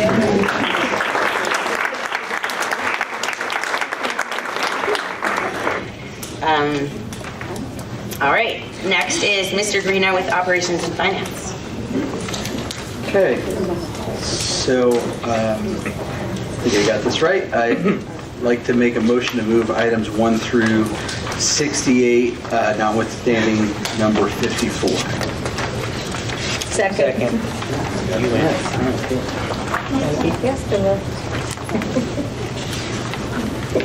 Questions and comments? Go ahead, Tara. On number 36, what is the CAMI district license plan? What is that? That is software used in the classrooms. It's software, is it for elementary or is it district-wide? I believe it's K-8. K-8? I think it's, I don't believe it's at the high school. Wait, Mr. Winston can answer that. Okay, Mr. Winston. CAMI is an application for Chromebooks. It's basically a PDF capability. Okay. Provides PDF reading and editing capabilities in Chromebooks. Okay, thank you. You're welcome.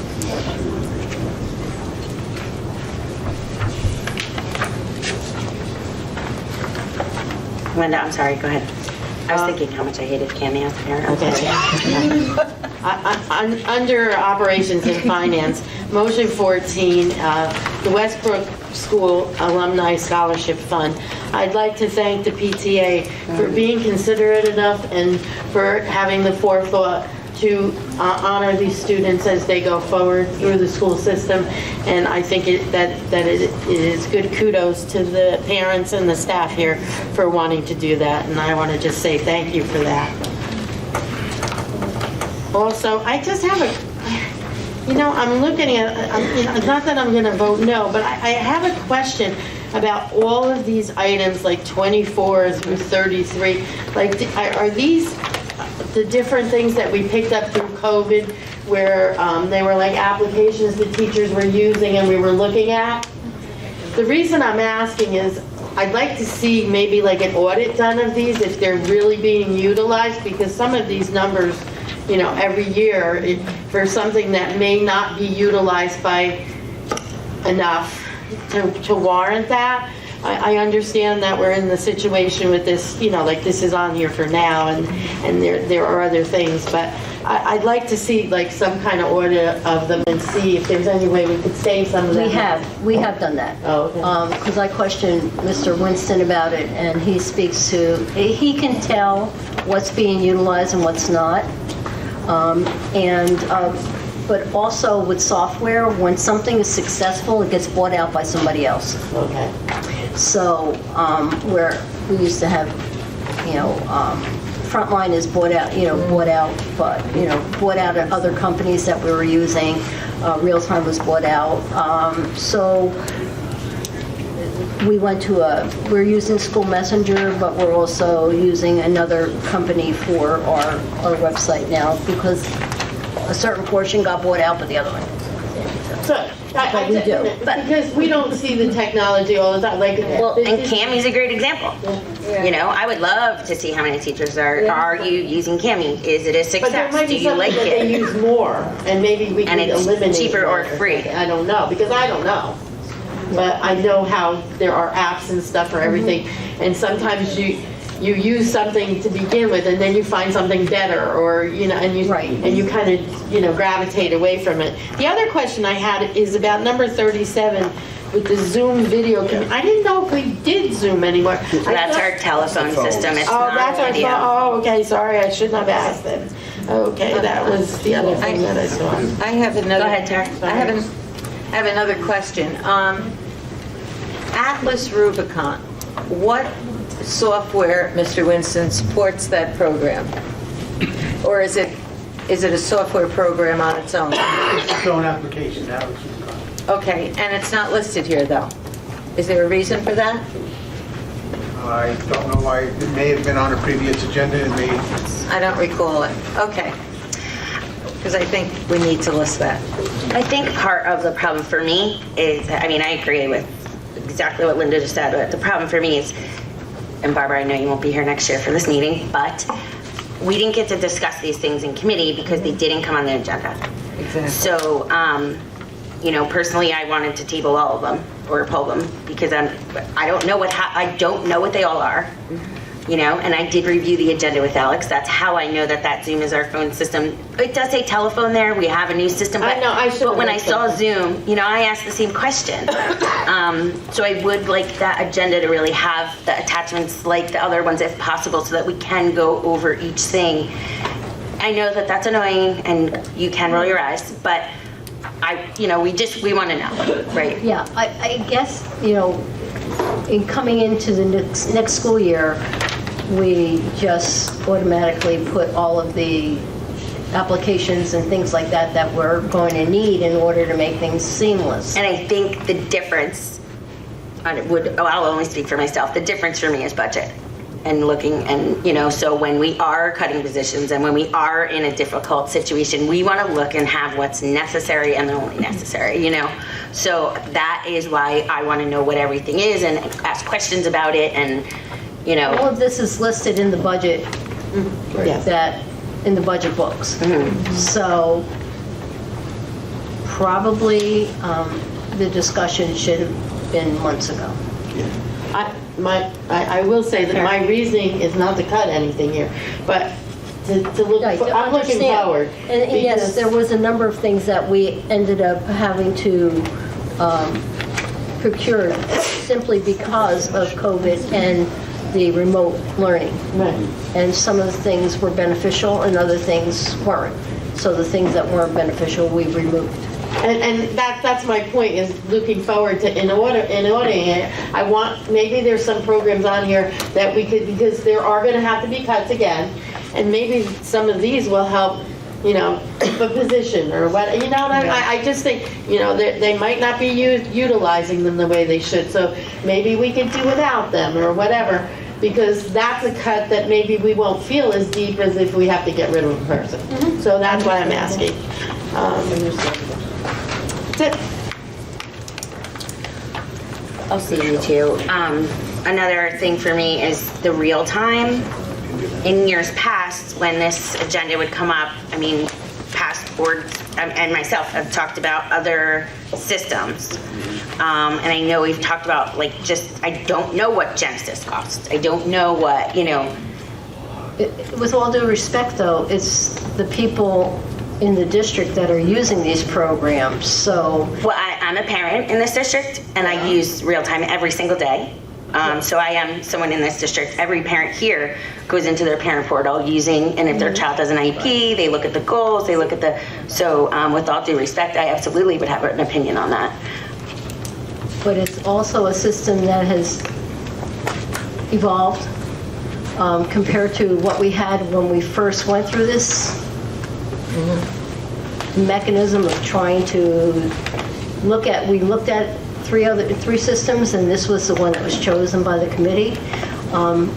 They've been responsive. We've been able to have it evolve to be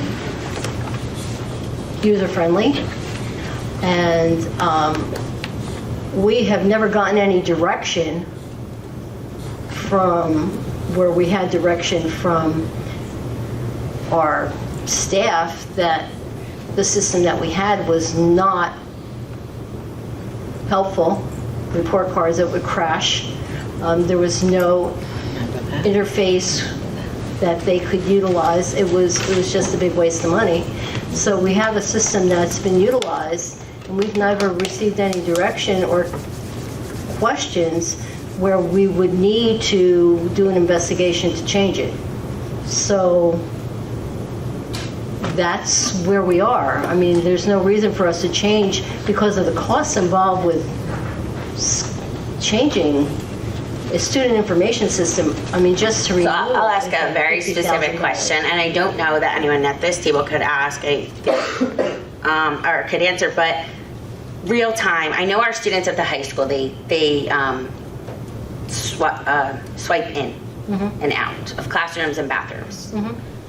So when a teacher does their attendance on real time, can you see that the student's in the bathroom on there? What? Yes. Thank you. So when you're doing your attendance, it comes up, Joey's at the bathroom. So then you're not, or Joey's at the counseling guidance. So you're not marking him absent, or whoever. That comes up in real time. So it's questions like that, I'm curious how those things, I don't know that end. I know the parent end. And there were problems with IEP. We looked to, that's been resolved. Right? And we had to pay for a separate. We've added modules. Over time. So there's a base model, a good, better, best. We've kind of added modules over time to expand our frontline or and they also will tweak things to make it work for us. So when we needed to do report cards, because the report cards changed, they worked with us in order to tweak the report cards so that they could be utilized. So you don't change student information systems frequently because of the cost involved. The setup cost alone is pretty significant. I think that one of the things that I've learned about real time is that there are multiple things that it can do that maybe when we first started with it, we didn't utilize, but now we're starting to see. And there are ways, maybe the staff needs some more training on it. I mean, I think we've had it at least 8 years, 10 years. I knew, some of the systems are pretty expensive, so I guess maybe we should. Go ahead, Terry. When you talk about, Barbara, when you talk about getting direction for change, the direction should come from the faculty and the staff, correct? Correct. Okay, and this board has nothing to do with it. We're not micromanaging, it's their decision. Right. Okay, thank you. And we knew that the other system that you had when you were a teacher was problematic because when you went to put your grades in, everything crashed and it never came back up again. That's correct. So we knew that was a problem. Right. And the frustration was apparent, and that's why we looked to try to make that better by reviewing 3 different systems, and this was the simplest, the most economical, and the thing that was so good about real time it wasn't a national system. It was specifically for New Jersey school districts. Yeah. So that's why a number of school districts went with it, because where I was previously, we had Sassy, and Sassy got bought out by another company, and then we had Genesis, and it became so problematic because it was like a one-size-fits-all.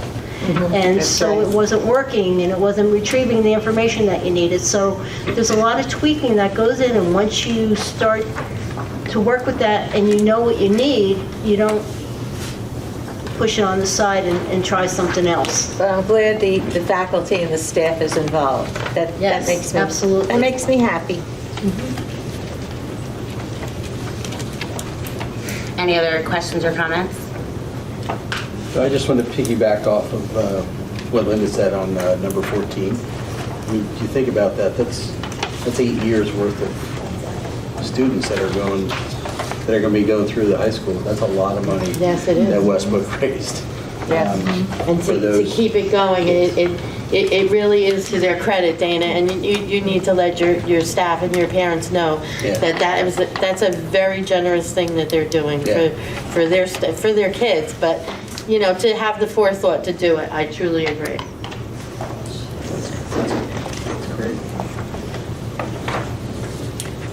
My last question's on 27 and 28 for real time.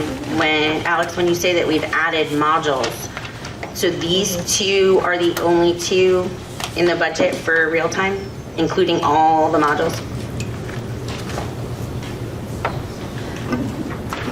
So, yeah, this is real time? Yes. Yes. Okay. Thank you. We just separated out the food food service, part. yeah. And it's separated out because the point of service one is paid through the cafeteria fund. Oh, the Okay. Anything else from the board? Okay, seeing as nothing else, roll call, please. Mr. Guarino? Yes. Mrs. Ricano? Yes. Mrs. Lockwood? Yes. Mrs. Dwyer? Yes on everything except no on number 41. Mr. Seidowitz? Yes. Mrs. Van Dyke? Yes. Mrs. Romeo? Hang on 1 second, I'm sorry. There's more, right?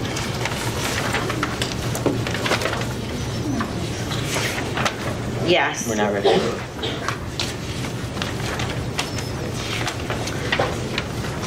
Mr. Green. I'd like to make a motion to move item number 69 under operations and finance. Second.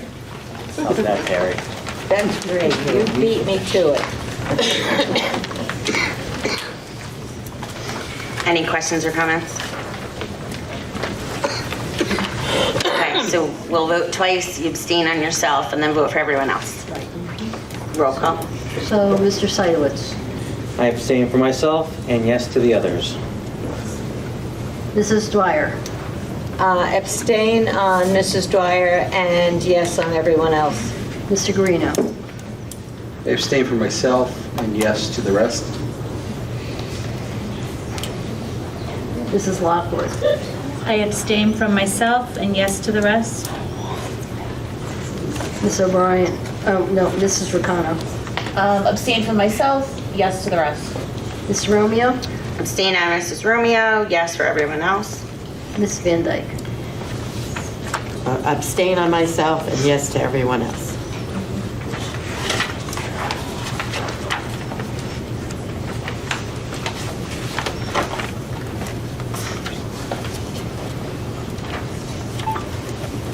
Good, Barbara.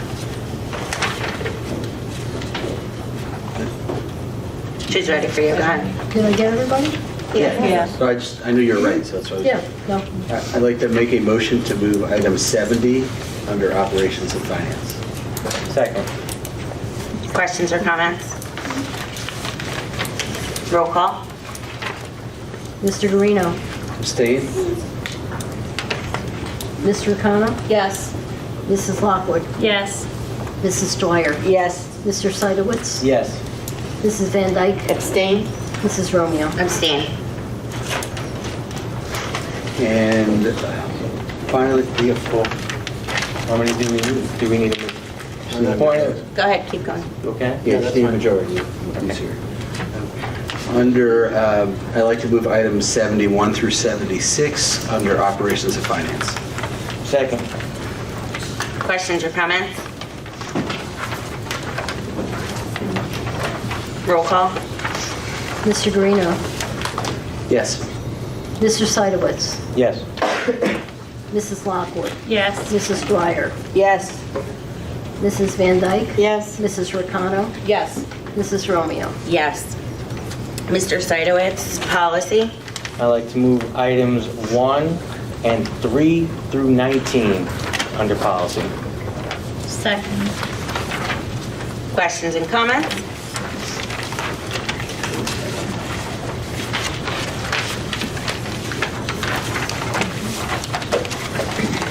Roll call. Mr. Seidowitz? Yes. Mr. Guarino? Yes. Mrs. Ricano? Yes. Mrs. Van Dyke? Yes. Mrs. Dwyer? Yes. Mrs. Lockwood? Yes. Mrs. Romeo? Yes.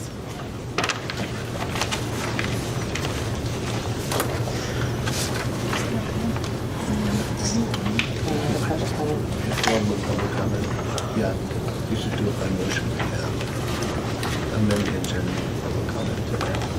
Go ahead. I would like to make a motion to amend the agenda so that we can have public comments before we do committee reports, old business and new business. To move it to now. Second. All in favor? Aye. Any opposed? Thank you. I just see a lot of students that have AP homework and need to probably go to sleep. So I really appreciate that, Mrs. Lockwood, and everyone in agreement. With that, I know Mrs. Francisco probably needs a moment, but we have some people signed up for public comment. No, we don't have anyone signed up. I just received a couple of letters in the mail that asked to be read. We definitely have people signed up. Their names here. Yeah, they're Here, I got Mrs. Pritchard, I got yours today. Are you here? Okay. There's a few people ahead of you. That's okay. Go ahead. Two little kids. There should be a few people ahead of her. I got hers today. Oh, no, Jason was first. Jason was first. And you're here for you're Jason. not. Go ahead. Sorry, Melissa.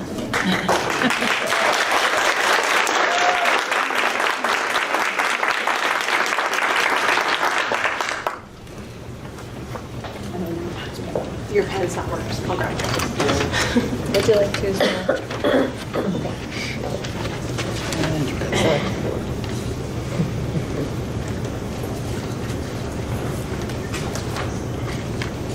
I'm not using my teacher handwriting, I found. So Mrs. Pritchard did send us an email today requesting to speak instead of her son Jason, who had a prior engagement. That's why you see his name on the agenda, but Yes. she'll be speaking. Thank you. Dear administration and Board of Education members, my name is Melissa Pritchett, and I'm a proud mom of 4 West Milford High School performing arts students, both current and alumni. My boys perform with the Highlander Marching Band, the indoor percussion, the Highlander Pipes and Drums, the Fall Play, the Spring Musical, the Concert Choir, and the Highland Jazz Choir. So as you can see, the arts are a very huge part of our lives. These last few weeks have been very emotional for our family as we felt the lifeline for our boys slipping away due to district budget cuts. We were very pleased to see a replacement choir vocal teacher position posted to fill the very large shoes being vacated by Doug Hayburn upon his retirement at the end of this school year. I'm not sure if you realize how the band, choir, and theater programs and students are all intertwined at West Milford High School. They are all interdependent on one another. This unique relationship between these very dedicated individuals could be seen on the night of the spring choir concert. Every teacher and director in the Performing Arts Department for the middle school and the high school attended Mr. Hayburn's final concert. Not only was he joined in celebration by his colleagues and current students, but if you were in attendance, you saw a crowd of alumni of over 100 that returned to sing for Mr. Hayburn one last time. That effort was spearheaded by his colleagues to pay him a proper tribute for his dedication to our students and our district for the last 28 years. During this concert, the seniors were asked to step forward and share their future plans with the audience. As they stepped forward, so many of them proudly stated that the performing arts are the path they have chosen to pursue in the future. Vocal performance, music education, and musical theater, my son, are just a few of these chosen careers. This should be no surprise to anyone who truly knows West Milford. West Milford School District has long been recognized for its excellence in musical education and the arts as a whole. For over a decade, recognized by NAM as one of the best communities for music education in the country. The performing arts students of West Milford have been recognized on the local, state, and national levels. I have emailed you all a copy of this impressive list, all 7 pages of it, as it would be impossible to read, and that's only the last 10 years. I could have gone back further, that was just the last 10 years. The only one I do want to touch upon is one of the most recent nominations that we have received. The high school theater department has received a Paper Mill Playhouse Rising Star Theater for Everyone Inclusion and Access Award. Not sure if you realize in the performing arts, it is a truly inclusive group. No one is cut from a program. Everyone sings in a concert. Everyone plays an instrument on the stage or marches with that instrument on the field. And everyone dances and acts on the stage during musicals. Yes, there are elite groups for students who have higher caliber of talent, but no one is cut. Everyone participates, everyone has a place. So I'd just like you to please keep that in mind in the future when decisions are being made about our music and performing arts programs. So I do want to thank you for supporting our students and their dreams of making music. And if you hadn't had the pleasure to see these students perform in person, please find me in the audience and sit with me. I would be more than happy to share what these incredible programs are all about. Thank you.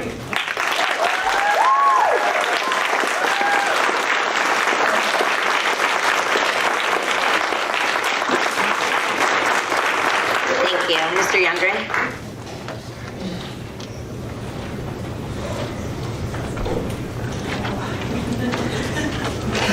That's a tough act to follow. Good evening. My name is David Youngren. I live at 17 Winding Way. My family, we have 2 children who are freshmen at West Milford High School. I'm here tonight to thank the board for a job well done. You were challenged with the difficult task of developing a school year budget for a year with significant impending deficit. You carefully evaluated the impact of your decisions, and you made cuts that would have the least impact on our students and taxpayers. You balanced the budget with an increased tax rate only when all reasonable choices were exhausted. So I'm here tonight to ask you to execute that plan just as you voted to approve. As you look for opportunities to reduce the budget, please do not make a decision that would compromise the music programs in our high school. Each member of the music staff has a unique role, so that any eliminated staff would take away a skill that could not be taught by those who remain.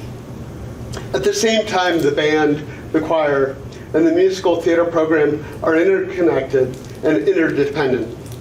Mr. Hayburn built the choral program to what it is today over more than a 20-year period. And it has had a pronounced effect on the lives of its students. Now, I love math, but have you ever seen 100 alumni return to the high school to celebrate a math teacher's retirement? Mr. Hayburn will be difficult to replace, and I'm glad that you recognize the importance that the search for his replacement begins as soon as possible. A search to find the best possible choral teacher to extend his legacy. The students deserve it. Thank you.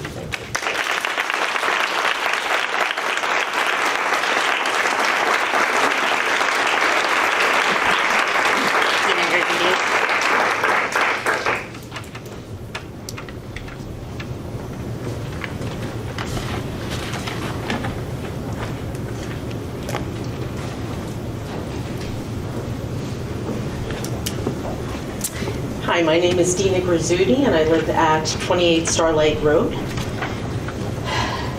Dear administrators and board members, I am thrilled and quite grateful that the decision was made to post and fill the position of choral director at the high school.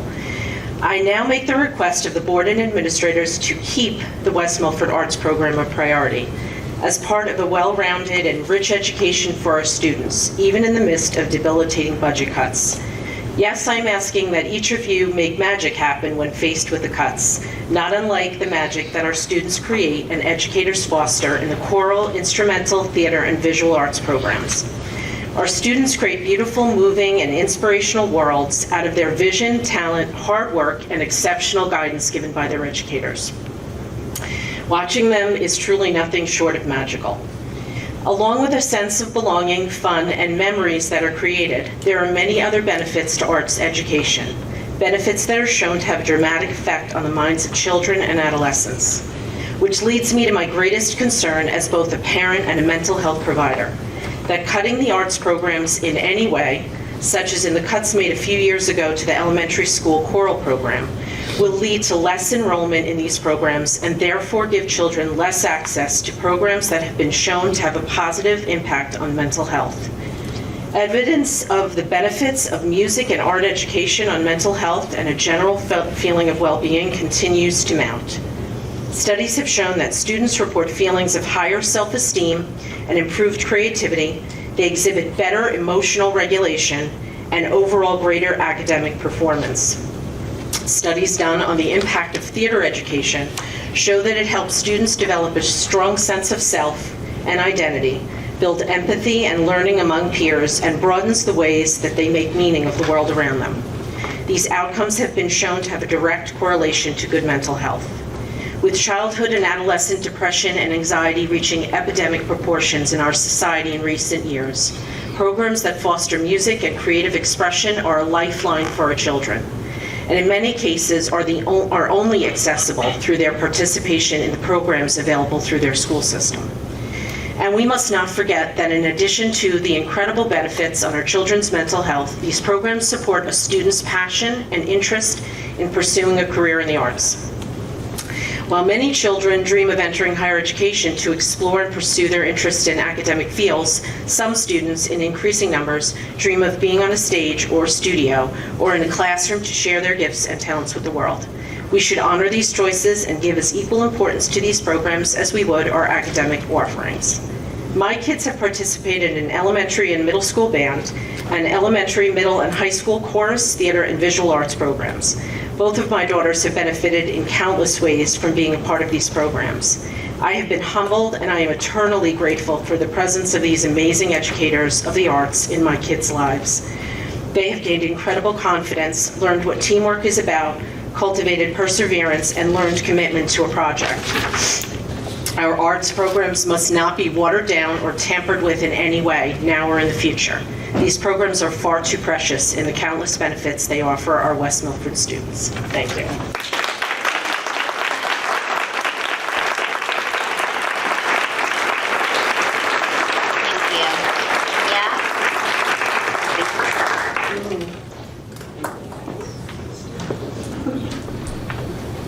Should I sign first, or? You could speak first and then sign. All right, so, dear board members and administrators. Who are you? I'm Mia Grizzuti. Okay. Thanks, Mia. I'm a former student, so, yeah, I graduated last year, and I just started my studies in musical theater at Montclair State. I'd like to commend the choir program and many other outstanding programs for making my years of school and many other students' experiences here worthwhile. So I'm here to speak about my experience. My years of choir were filled with life-altering moments of bonding, exhilarating competitions, and well-deserved wins. Now that I'm going to an arts program in college with many people from the tri-state area, I was astonished by the fact that many of my friends and even professors recognized our school's accomplished legacy in both visual and performing arts. Music is appreciated by everyone on this earth. It's a universal power that must be harnessed in an academic setting to teach children hard work, collective action, perseverance, and courage. The many languages used in choir repertoire, the different stories and perspectives it demonstrates, allow students to learn the ever-useful skill of analyzing various cultural perspectives. When you find a passion in choir or in the arts, it's like a light bulb going off. It's like you finally found the one place in the whole scary universe where you can fit in and call home and have complete freedom of expression. That feeling of elated accomplishment during a performance is the result of a process of dedication that can be useful in every child's life. And it's a process of gaining confidence through recognition, individual rigor, and collective cooperation. The most tangible part of this process is the final moment when you step onto the risers and throw caution to the wind and just open your mouth to sing. It's a lesson that I wish every person had the privilege to experience. The moment where one surrenders judgment and trusts oneself that the performance will happen in whatever manner that it does, and one must decide to enjoy it because of all the hard work that was contributed. And it frees themselves from judgment, but it frees oneself from judging others as well. It fosters a high level of empathy, knowing that they will, as a team, jump into a performance head first. If something goes awry, they all feel it, and singing in a choir is a matter of blend and how much you can pull yourself back to make others heard, or allow yourself to be heard amongst the crowd. It teaches you how to raise your voice while lifting others. I'm left with a sense of dread when I think of the many choir kids who often have trouble finding their footing at a school, not having choir as a class that grounds them. Many choir kids are in need of a place of solace, solidarity, and purpose, and they find a community who will unconditionally embrace them. To many kids, to be left to wander without the resources to discover their true passion or a place of acceptance in the district would be an absolute tragedy. Many music makers also tend to be driven people. The choir kids often have honors classes, sports, and other creative endeavors like theater and visual arts. So to have concrete classes throughout the day to ensure that they study their passion is essential to keep the arts alive. This allows choir to be a legitimate subject, and for those who are interested in this career path, to see performing arts as a viable option. Having choir as a class gives children a creative outlet, and permitting the class of choir will legitimize this career path for many of those who might just see this career as a pipe dream, which it's not. For parents or students who are skeptical, having choir as a class allows for structure and a foreseeable future to see how arts is managed on a practical level. Not only did choir inspire my love of performing, but it inspired me to wish to one day teach my own group of eager and ready music lovers. As a student at Westbrook, the District Arts Festival was a wonderful place where I connected over music with a multitude of new people who were my age. Not every child has the privilege of an arts education outside school. District band and choir became an outlet for us to see our potential as musicians and witness the incredible accomplishments of our fellow peers and middle and high school students who we began to look up to. Watching people my age perform in such a professional and cohesive manner inspired me and showed me that no matter how young and often divided we are as people, we truly have the power to sing and work in harmony. The internet gives children endlessly abundant exposure to music and to art of any form. And there are numerous ways to be successful in the world of art. And the more it's taken away from school at a lower level, the less it becomes a possible reality in the lives of many children. Just as academia is essential to a children's development, art and music give our lives meaning, and it's essential to a child's enjoyment of life, connection with others, focus, and motivation. Choir songs preach a world of joy and hope and peace and connection. By singing these things into existence, for even a glimpse of a second, it makes that world a reality. This power that music bestows is a special and unique power, and one that cannot simply be taught in a conventional classroom. So, thank you. Thank you.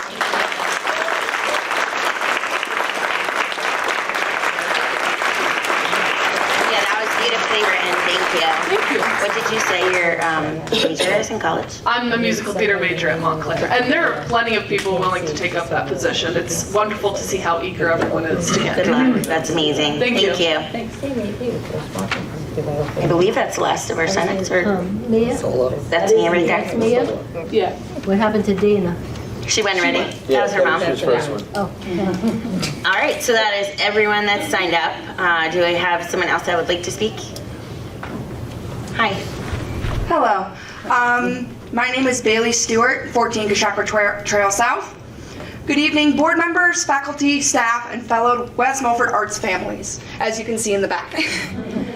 My name is Bailey Stewart, and I'm a proud 2017 West Milford High School graduate, and I was heavily involved with the arts throughout my education here at West Milford. I was in the marching band for all 4 years of my high school career, and I was in concert band from 5th grade all the way up until my senior year. I was also in all the musicals, both in Macmillan and over at the high school. The arts were and still are a huge part of my life, and it's all because of the access I had throughout my education here at West Milford. If you take the arts program away, then you are taking away an opportunity from kids who aren't very athletic or have an interest in sports to get involved with the school.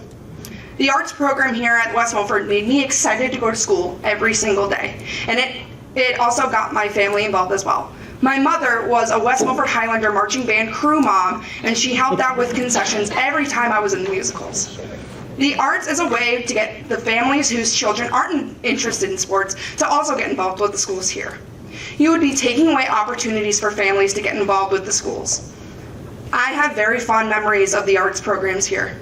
From winning marching band championships, to traveling across the pond to England, to putting on such amazing musicals. It gave me, a special education student who didn't really fit in, a home and a community who accepted me for who I was, and I was even awarded Most Improved Marching Band Senior during my senior year. If you take that away, you'll be taking away that sense of belonging and all those positive memories that go along with it. Eyes with Pride, and please do not take these art programs away. Thank you. Thanks, Bailey. Is there someone else that would like to speak? Come on up. Oh, there's two. You're next. Nope, you can come in. It's okay. You're already here. Thank you. Thank you. Is this on? Yes. All right. Chris McCourt, 3 Carroll Drive. I am a West Milford Highlander alumni. Served in the marching band 2006 to 2010. 2010 was when I graduated. Many fond memories in the band. I would like to talk about something that maybe some others haven't really touched upon, and that's the culture of the band, specifically what it does for students who may be more troubled. I was definitely one of them. My parents went through a serious divorce period when I had entered high school. It was definitely not the best time of my life. It was a very dark time. The marching band actually gave me an outlet. It gave me a culture. It gave me a program. It taught me a lot, specifically about discipline. It teaches a lot more than music. There's a lot of people here who have gone into musical programs, a lot of my friends who have gone on to make professional careers. I mean, gosh, I haven't picked up my saxophone. I was an alto sax in about 12 years or so, but it's never really the morals, the discipline that have been engendered in me have never really left me, and I've taken that through whatever I do in life. I was a member for a time in the West Milford Fire Department. That never really, I actually took what I learned in the marching band and took it applied it to the fire department. Anything that I've done in life has come from the marching band. The music programs go far beyond music. So if you were to downgrade the music program, you end up taking a lot of agency from students, who could really better their lives through that program. Dr. McLaughlin and the rest of the staff have done a fantastic job. I'm very partial to the instrumental program there, but across the board, the musical program, all the teachers have done a fantastic job of creating an incredible program for its students. I know that there was one particular morning I remember, first period band, Dr. McLaughlin had kind of stopped our lesson for the morning, and he just said that I want to tell you a story where he had had a meeting of the minds of the band directors. I think it was northern New Jersey, and he was speaking, I guess, specifically to one of the directors from Wayne at the time, who they had been going over the marching band songs and material, and Dr. McLaughlin asked him what he was doing. He said, I think he was doing the Beatles that year or something like that. And he says, yeah, we're just doing what we can on the field. And he asked Dr. McLaughlin what he was giving us to march for that year. And it was he was giving us college grade music to march on the field, which is incredibly difficult to do. And the Wayne director looked at him and said, why would you do that? How can you do that? So Dr. McLaughlin, of course, looked at us and he's telling us the story, and he says, I don't understand that response. I don't understand how you can't why you wouldn't push your students to be better than they were. And that's everything that he really pushes you to do better, to be the best that you can be. That's why the West Milford Highlander Band is nationally recognized, and it goes far beyond music. You really take the discipline, you take the culture that you are a part of, and you put that into everything you do in your life. So I would definitely ask this board to consider that. Please do not remove, or rather downgrade, or make it harder for the teachers at the musical program of West Milford to do their jobs for the sake of the students. Thank you.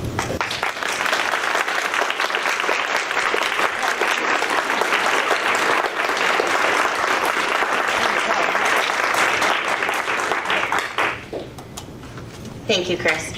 I just want to let everyone know that there is no difference to our music and arts program next year as there is this year. That we have posted a choral music teacher position for the high school, and it is on our Apple track for applications. Is there another speaker? Oh yeah, you were next. Sorry, in the back.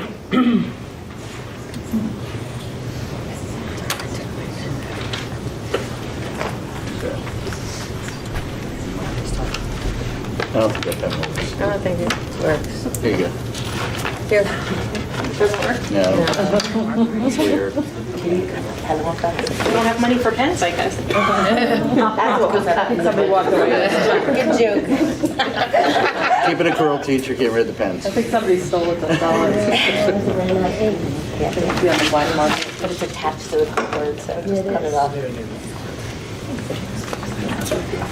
My name is Donna Reaver, and I live at 81 Alpine Ridge Road. West Milford High School, class of 2000. My husband was class of 98, brother 94, sister-in-law 90. Both of my parents taught in West Milford schools for over 50 years cumulatively. I know this district. West Milford is a town you come back to. You raise your family in. I walk through ShopRite and I see 5 people I went to high school with. I came tonight and I'm sitting with people I went to high school with. I've been a Westbrook parent for 6 years. I've been a teacher for 18 years, and I've never come to this podium to question or criticize because I know how difficult it can be to run a district. I didn't even come when the decision was made to close Westbrook because I trusted that the board was going to make the best decision for the welfare of this district. But lately, as I hear and read about the decisions being made by this board, I keep thinking about that song that we used to listen to in high school by CNC Music Factory, Things That Make You Go, You remember. Like when I see 22 teachers being cut, but then 2 supervisor positions being posted. One of which is brand new, and another is apparently being brought back 1 year after this board said the position was not needed. Or when I see a nurse and a guidance counselor being cut after a global pandemic, which we are still seeing horrific social and emotional effects on kids. But then I read an article that justifies these cuts because it's balanced, and after all, central office had their turn at making cuts last year, so let's add 2 more administrators to the mix because, our kids go to school at central office. Or when you have 3 of your top 4 administrators leaving a district that, let's face it, is in shambles right now. But rather than beg Mr. Novak to take the superintendent position, and I'm not talking about an interim position, let's be real, an employee who has dedicated his career to this district and knows the ins and outs and the history of it, you choose to spend money, a lot of money, on an outside agency to do a superintendent search. Sounds like a wonderful way to spend money after closing a school, voting down a budget, and raising taxes. I'm just baffled. To close, I'm not even asking for a response from any of you because there isn't one. Nothing can be said to justify these decisions. These are not in the best interest of our students. Thank you. Thanks, Donna.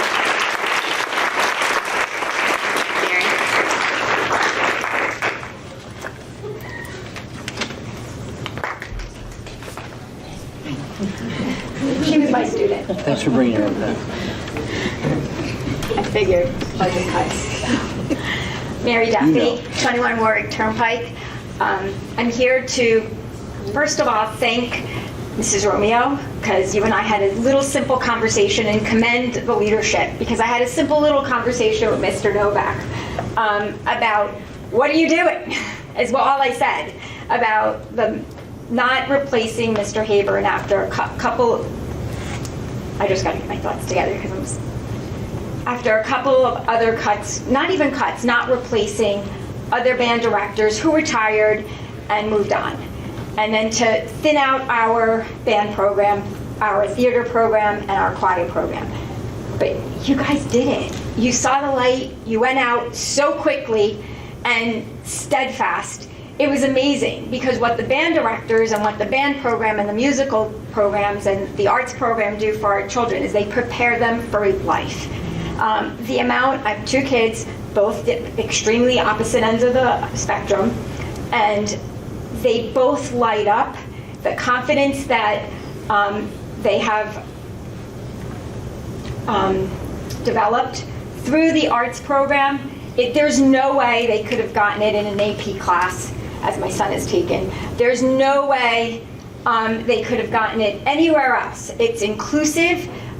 They teach excellence, hard work, dedication, teamwork, friendships. The kids support each other, the amount of empathy. Those are things that can never be done anywhere else. And to quote Dr. Animo, it takes a village to raise a child today. I wouldn't be able to do it myself. I depend on the band directors who know my kids inside out. They set the standard really high, and they come out. My son, a strong, self-independent young man. My daughter has grown in a year immensely through Mrs. Burns and the arts program, through Mr. Gramada and Dr. Mack. When I went in there to have a conversation, he's like, Mary, we write the music for each individual child. There's no more differentiation than that. So to conclude, I just want to commend Mrs. Romeo for taking action, Mr. Novak for taking action, and making magic happen the way the kids make the magic happen on the stage, on the field, in their kilts. There's no other way to show my pride for this program. And I hope that next year we just expand it and not cut it. So that's where we're going. I will see you at board meetings, and I will talk to anybody about any of the programs, because it's one of our best programs ever. I was at William Patterson recently, and I had my West Milford Highlander shirt, and they're like, you guys have the best band program ever. I was like, thanks. And I just walked out with a little extra step. So thank you so much for making the right choice, and let's expand it, is where I'm going.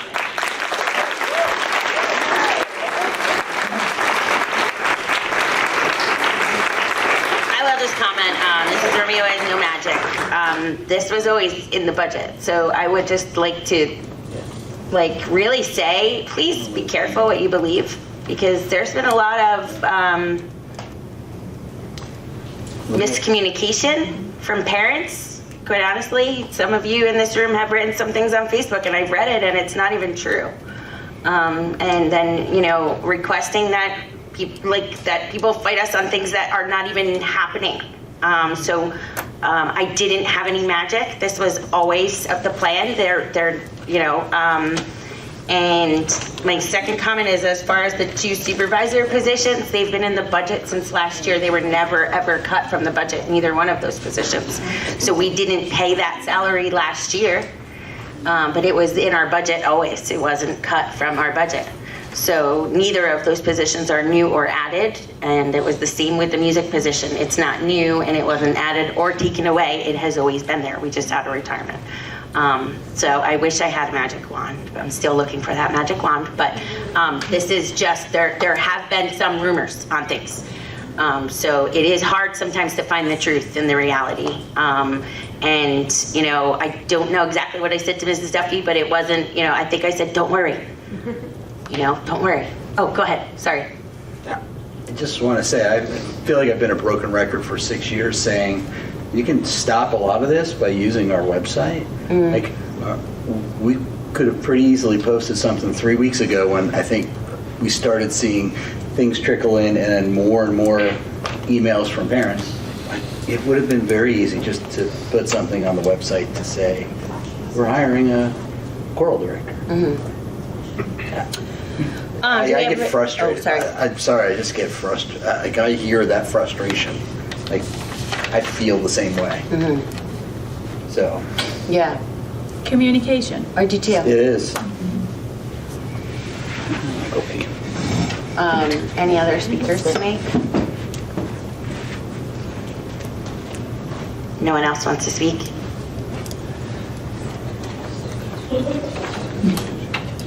Are we reading the letters then? I think that I'll just send copies to all the board members so they can see it, because it basically reiterates everything that's been said. Seeing none, move to close public comments. Second. All in favor? Aye. Any opposed?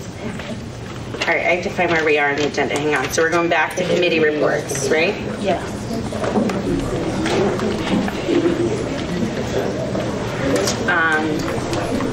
Are would you like to do Parks and Rec? The last Parks and Rec meeting was last Thursday. It was canceled because they didn't have enough attendees for a quorum, but Dan Kojaki asked me to relay 4 events they have coming up. One is the youth volleyball clinic for girls entering 9th grade. They have an intro to rowing course for children ages 11 to 19. There's a skateboard clinic for ages 7 to 14 and a family frog night coming up, and you can sign up for all of those through the Community Pass. There's also something else going on. On June 24th, there's the grand opening of the pickleball courts on Vincenzo Road. So it is, it's going to be great. You know, it's a great event. It's a great sport, and anybody can do it. So just add that to your calendar. Safety, Mrs. Dwyer? We have nothing to report at this time. Thank you. Superintendent Roundtable, Mrs. Riccardo, Mrs. Van Dyke? We haven't had a meeting since our last report, but our next meeting is Thursday. Passaic County School Boards Association, that's me. I was just at the May 8th meeting, and I just want to do a shout out and a congratulations to Will, who got to be certified board member certificate, and to Linda, who got 15 years of being a volunteer board member awards. So it was a good meeting, and you know, that was mostly it. There was just honoring and giving out those dedications. So I think that was really, thank you. Really it. New Jersey School Boards Association, Mr. Seiwitz. So, we have the option, according to New Jersey School Boards, to do a board self-assessment, and this kind of gives us a rubric that allows us to judge as a board independently the things that we should start to do, the things that we should stop doing, and the things that we continue doing. So if you want to participate in that, we do that, and then we have a subsequent meeting with a New Jersey School Boards rep and discuss our personal results. On May 18th, actually this isn't important enough for me. All right, on June 7th, Governance 2 and 3 training will be held virtually. So if you have not taken that yet, even if you are a first year member, you can take that virtually, and it really speeds up the process. Other events that the school board is having is on June 9th, Friday, June 9th, there is a school security and safety conference in Mercer. On 6/13, which is a Tuesday from 9 to 4, is a spring school law forum. And that is my report for the evening. Nice. Thank you. We're going to skip legislative tonight and go to technology. I don't have anything. All right. Township Board of Education, we haven't had a meeting. June 12th. June 12th is our next one. Mrs. Lockwood, the Municipal Alliance. So I wasn't able to attend because I was at the Passaic County School Boards Association. So was I, but Mrs. O'Brien sent me a synopsis of what they talked about. Basically, the Alliance is still looking for another community member. They need a voting member. They reviewed a rough draft of a flyer that is being professionally put together for the Alliance.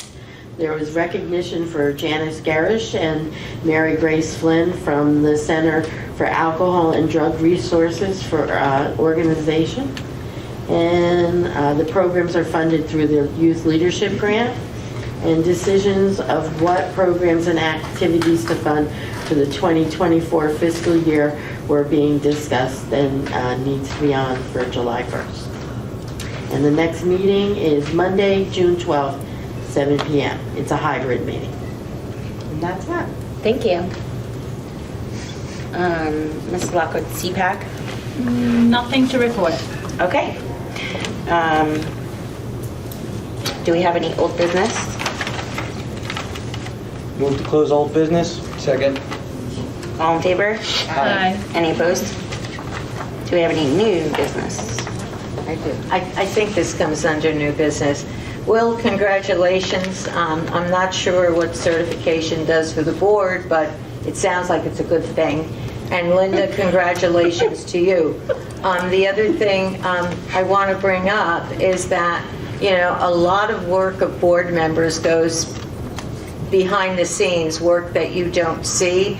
And I want to thank Mrs. Lockwood for everything she's been doing, answering questions, answering phone calls.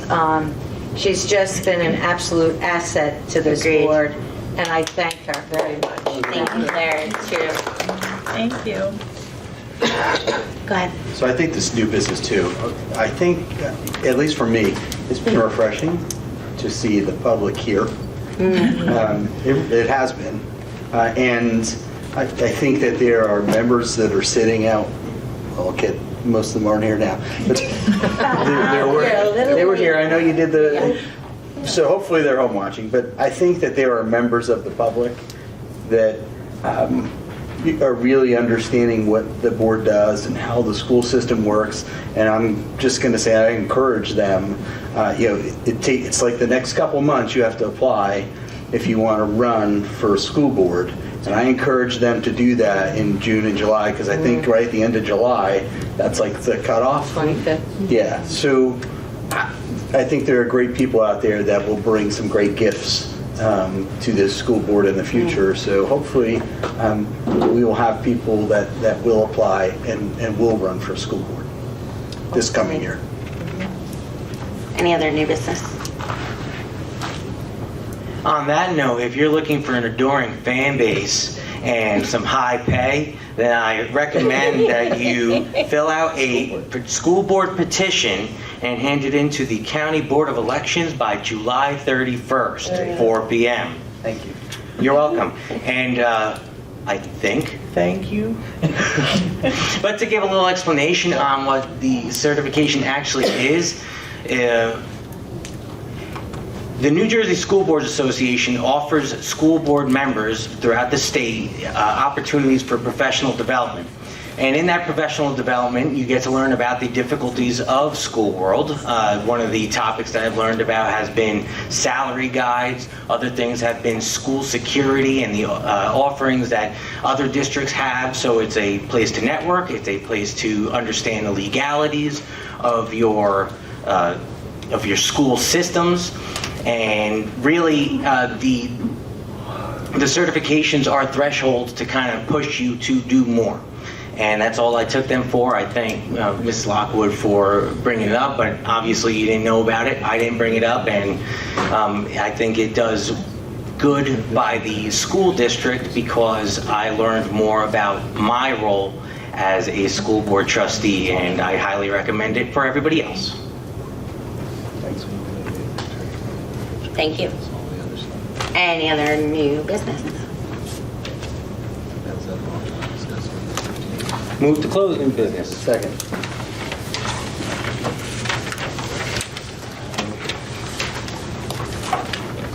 All in favor? Aye. Any opposed? Sorry. We're ready for executive session, right?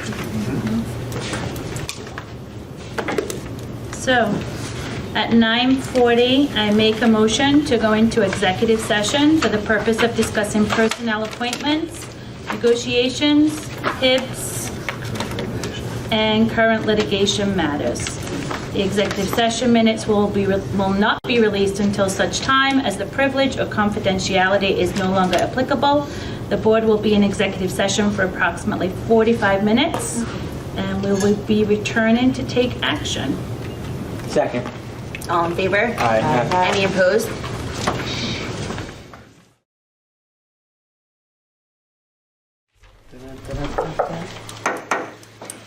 Welcome back. Roll call, Mrs. Francisco. Mrs. Van Dyke. Here. Mr. Seidowitz. Here. Mrs. Racano. Here. Mrs. Dwyer? Here. Mr. Guarino? Here. Mrs. Lockwood? Here. Mrs. Romeo? Here. Mrs. Lockwood, education. Okay, I make a motion to approve the following agenda item number 14 under education. Incident report number 2023/E6 as substantiated. 2023/E7 as substantiated. 2023/E8 as unsubstantiated. Second. Questions and comments? Seeing as none, roll call, please. Mrs. Lockwood? Yes. Mr. Seidowitz? Yes. Mr. Guarino? Yes. Mrs. Dwyer? Yes. Mrs. Van Dyke? Yes. Mrs. Ricano? Yes. Mrs. Romeo? Yes. Personnel, Mrs. Van Dyke. I'd like to move item 15A through O.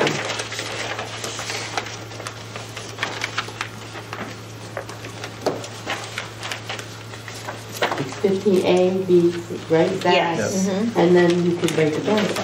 Yep. You do, but. Someone has to second it, yes? So- I need a second? Second. Thank you. Why is this? No, I thought we had to make that the agenda first, like change the agenda to be A through O first, Okay. right? Yeah, we essentially do, but. You gotta change it, right?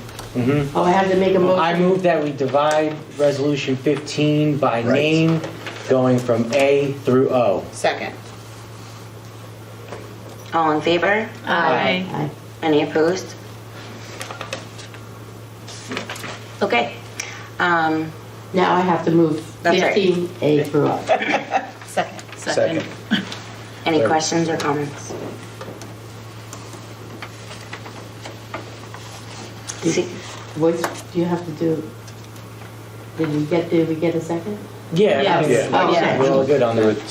Now we're down to discussion and Questions or roll comments? call vote. Yep. Anybody have anything? Seeing as none, roll call. Okay. Mr. Seidowitz? Yes on all 15. Mrs. Dwyer? Yes on everything except for H and O.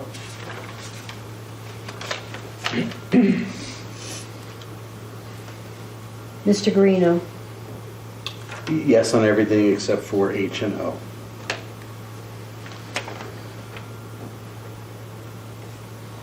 Mrs. Lockwood? Yes on everything. Mrs. Ricano? Yes on everything except H. Mrs. Romeo? Yes. Mrs. Van Dyke? Yes on everything except O.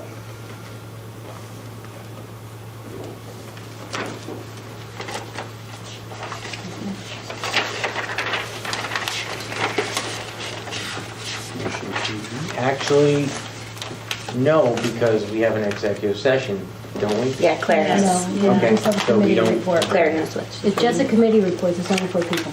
Yeah. Committee of 4, Oh, okay. it's only 4 people. Okay. You actually can So, adjourn. move to adjourn. Adjourn, because it's only four people. I just wanted to steal it from you, right? Move to adjourn. We have a second? Fine, second. Second. Aye. Ducks, you At can- 10:37, we're going to adjourn. Any opposed? No. Good night. Thank you. Let's stay till May.